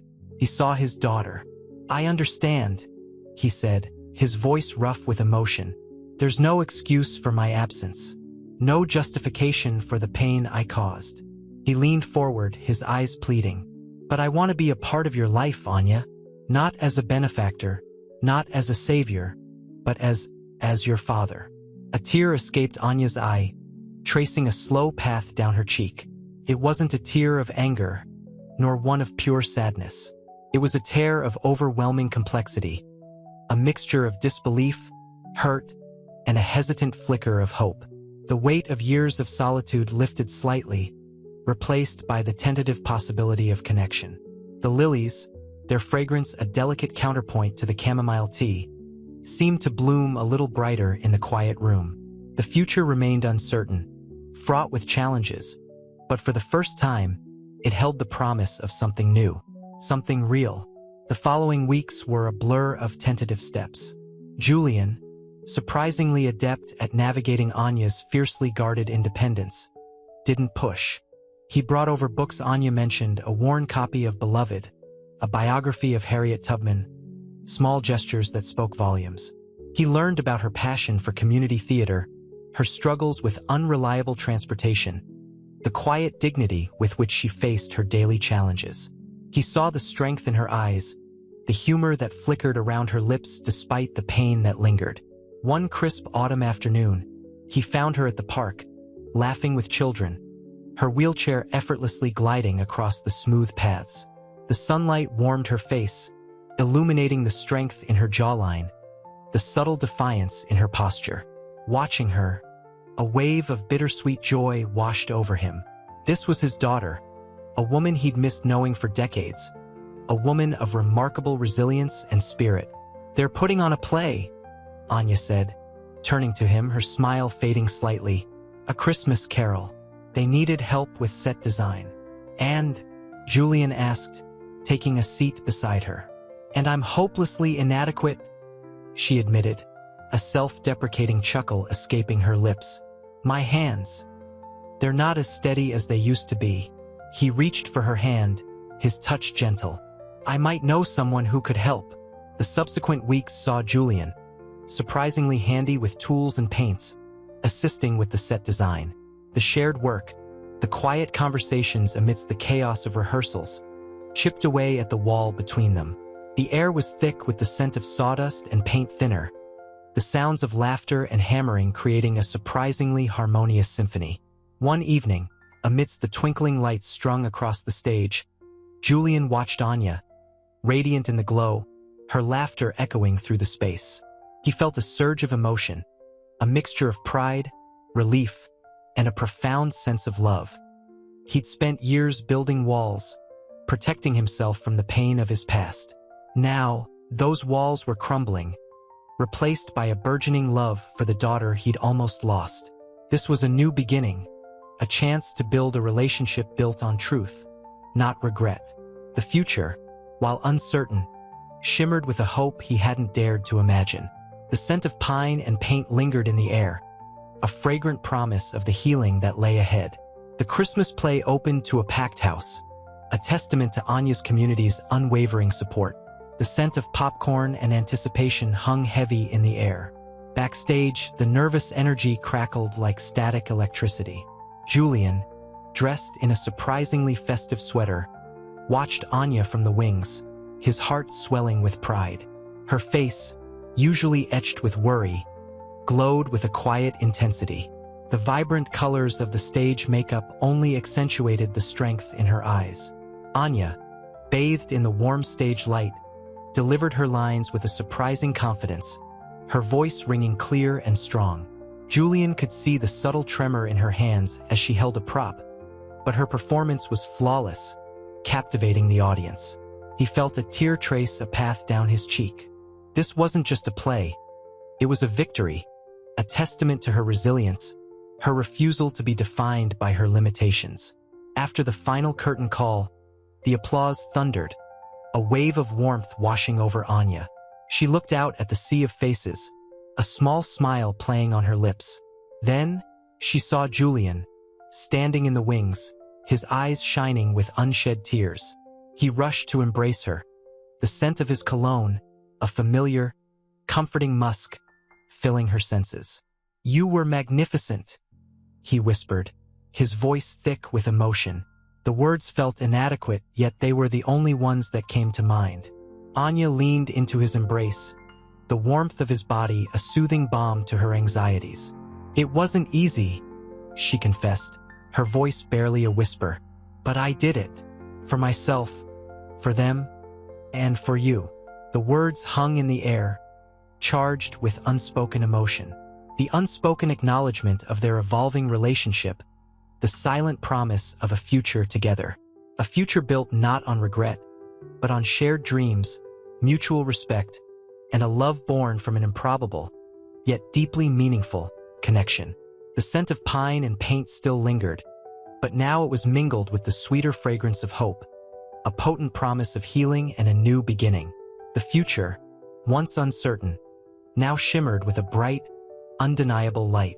The following weeks were a blur of doctor's appointments and physical therapy, a whirlwind Anya navigated with Julian's quiet, unwavering support. He wasn't hovering, but his presence was a constant, a comforting weight in the periphery. The scent of his expensive cologne, usually a stark contrast to her simple life, now felt familiar, grounding. He'd brought her lavender-scented bath salts, a small gesture that spoke volumes of his understanding. She found herself looking forward to his visits, the quiet moments shared over lukewarm tea and hesitant conversations. One evening, seated on her porch swing, the warm air thick with the scent of honeysuckle, Anya confessed, I still don't understand why you didn't look for me."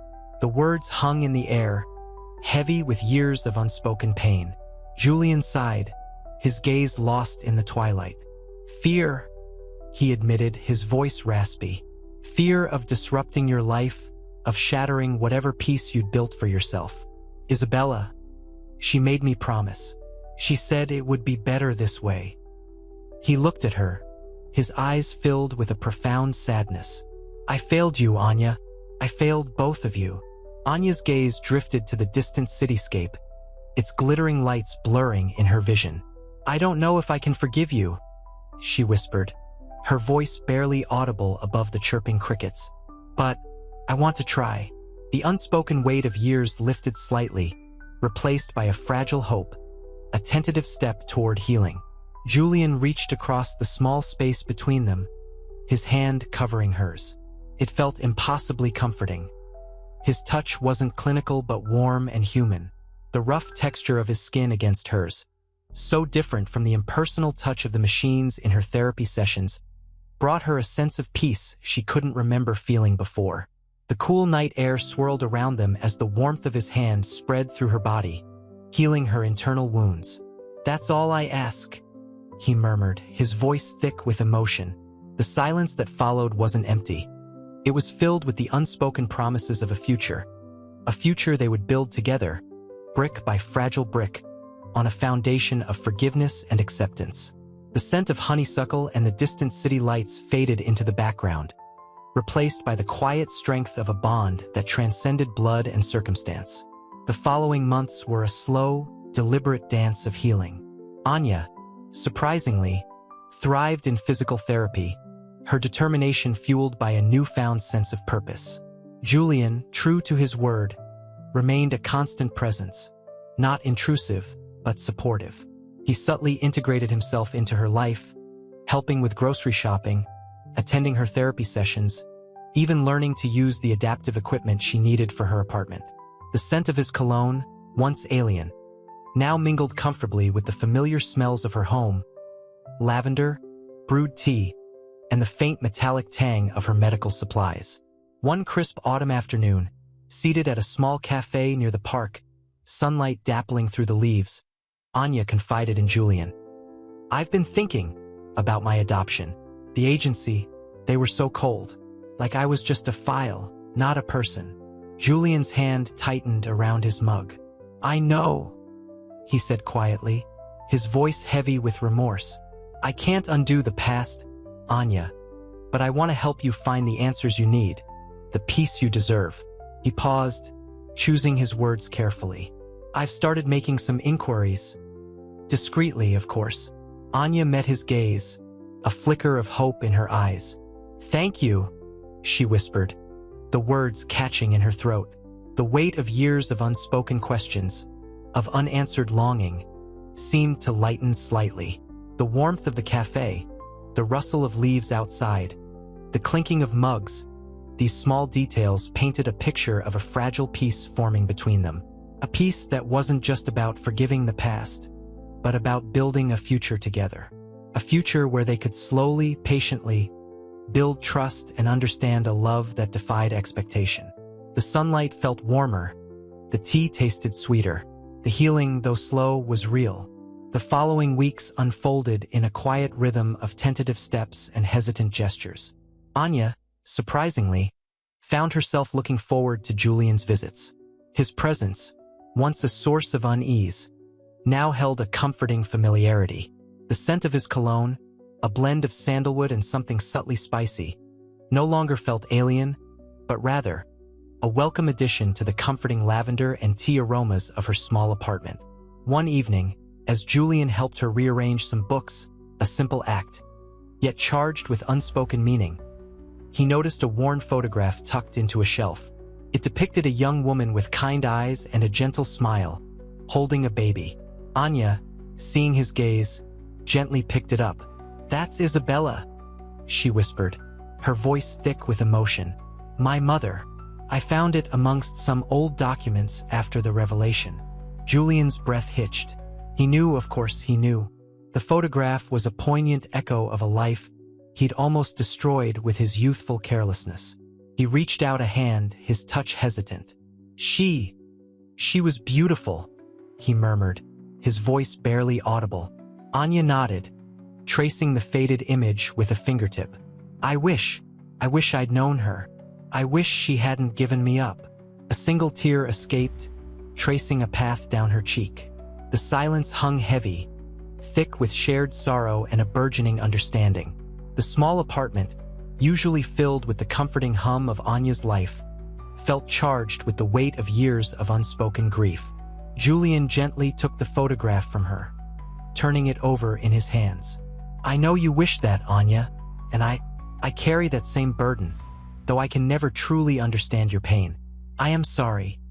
His apology was simple, unadorned, yet it carried the immense weight of his regret. Anya looked up at him, her eyes brimming with unshed tears. The anger, the resentment, the years of simmering hurt, it all seemed to soften, to yield to a fragile acceptance. I understand," she whispered, her voice barely a breath. She didn't forgive him completely, not yet, but she understood, and perhaps, in that understanding, lay the first fragile seeds of a future where healing could begin. The following months were a slow, careful dance. Julian, ever mindful of Anya's boundaries, visited regularly, bringing small gifts, a fragrant lavender candle, a book on West African art, a warm, chunky scarf against the winter chill. He listened more than he spoke, his attention focused on Anya's quiet strength, her resilience, the way the sunlight caught the gold flecks in her dark eyes. He saw the subtle shifts in her demeanor, the slow thawing of her initial icy reserve. One evening, curled on her worn sofa, a mug of chamomile tea warming her hands, Anya confessed, "I've started physical therapy again." The admission, barely a whisper, held a profound weight. It was a step forward, a testament to her healing, both physical and emotional. Julian's eyes softened. "That's wonderful, Anya. I'm so proud of you." His voice was gentle, filled with genuine admiration. He didn't offer unsolicited help, merely his quiet, unwavering support. He knew actions spoke louder than words. Later, during a shared meal of spicy jollof rice, a dish Anya had insisted on making, a small act of reclaiming her heritage and identity, Julian revealed his plans to establish a foundation dedicated to supporting disabled children, to give them the opportunities he'd been so cruelly blind to. The confession hung in the air, a silent apology woven into the fragrant steam rising from the rice. Anya, Her gaze fixed on the flickering candlelight, nodded slowly. "It's a good thing, Julian," she said softly, her voice catching slightly. The words were simple, but their underlying meaning resonated deeply, a quiet acknowledgement of his remorse and his sincere efforts at redemption. The unspoken words, the shared understanding, filled the silence more powerfully than any elaborate expression of forgiveness could ever have done.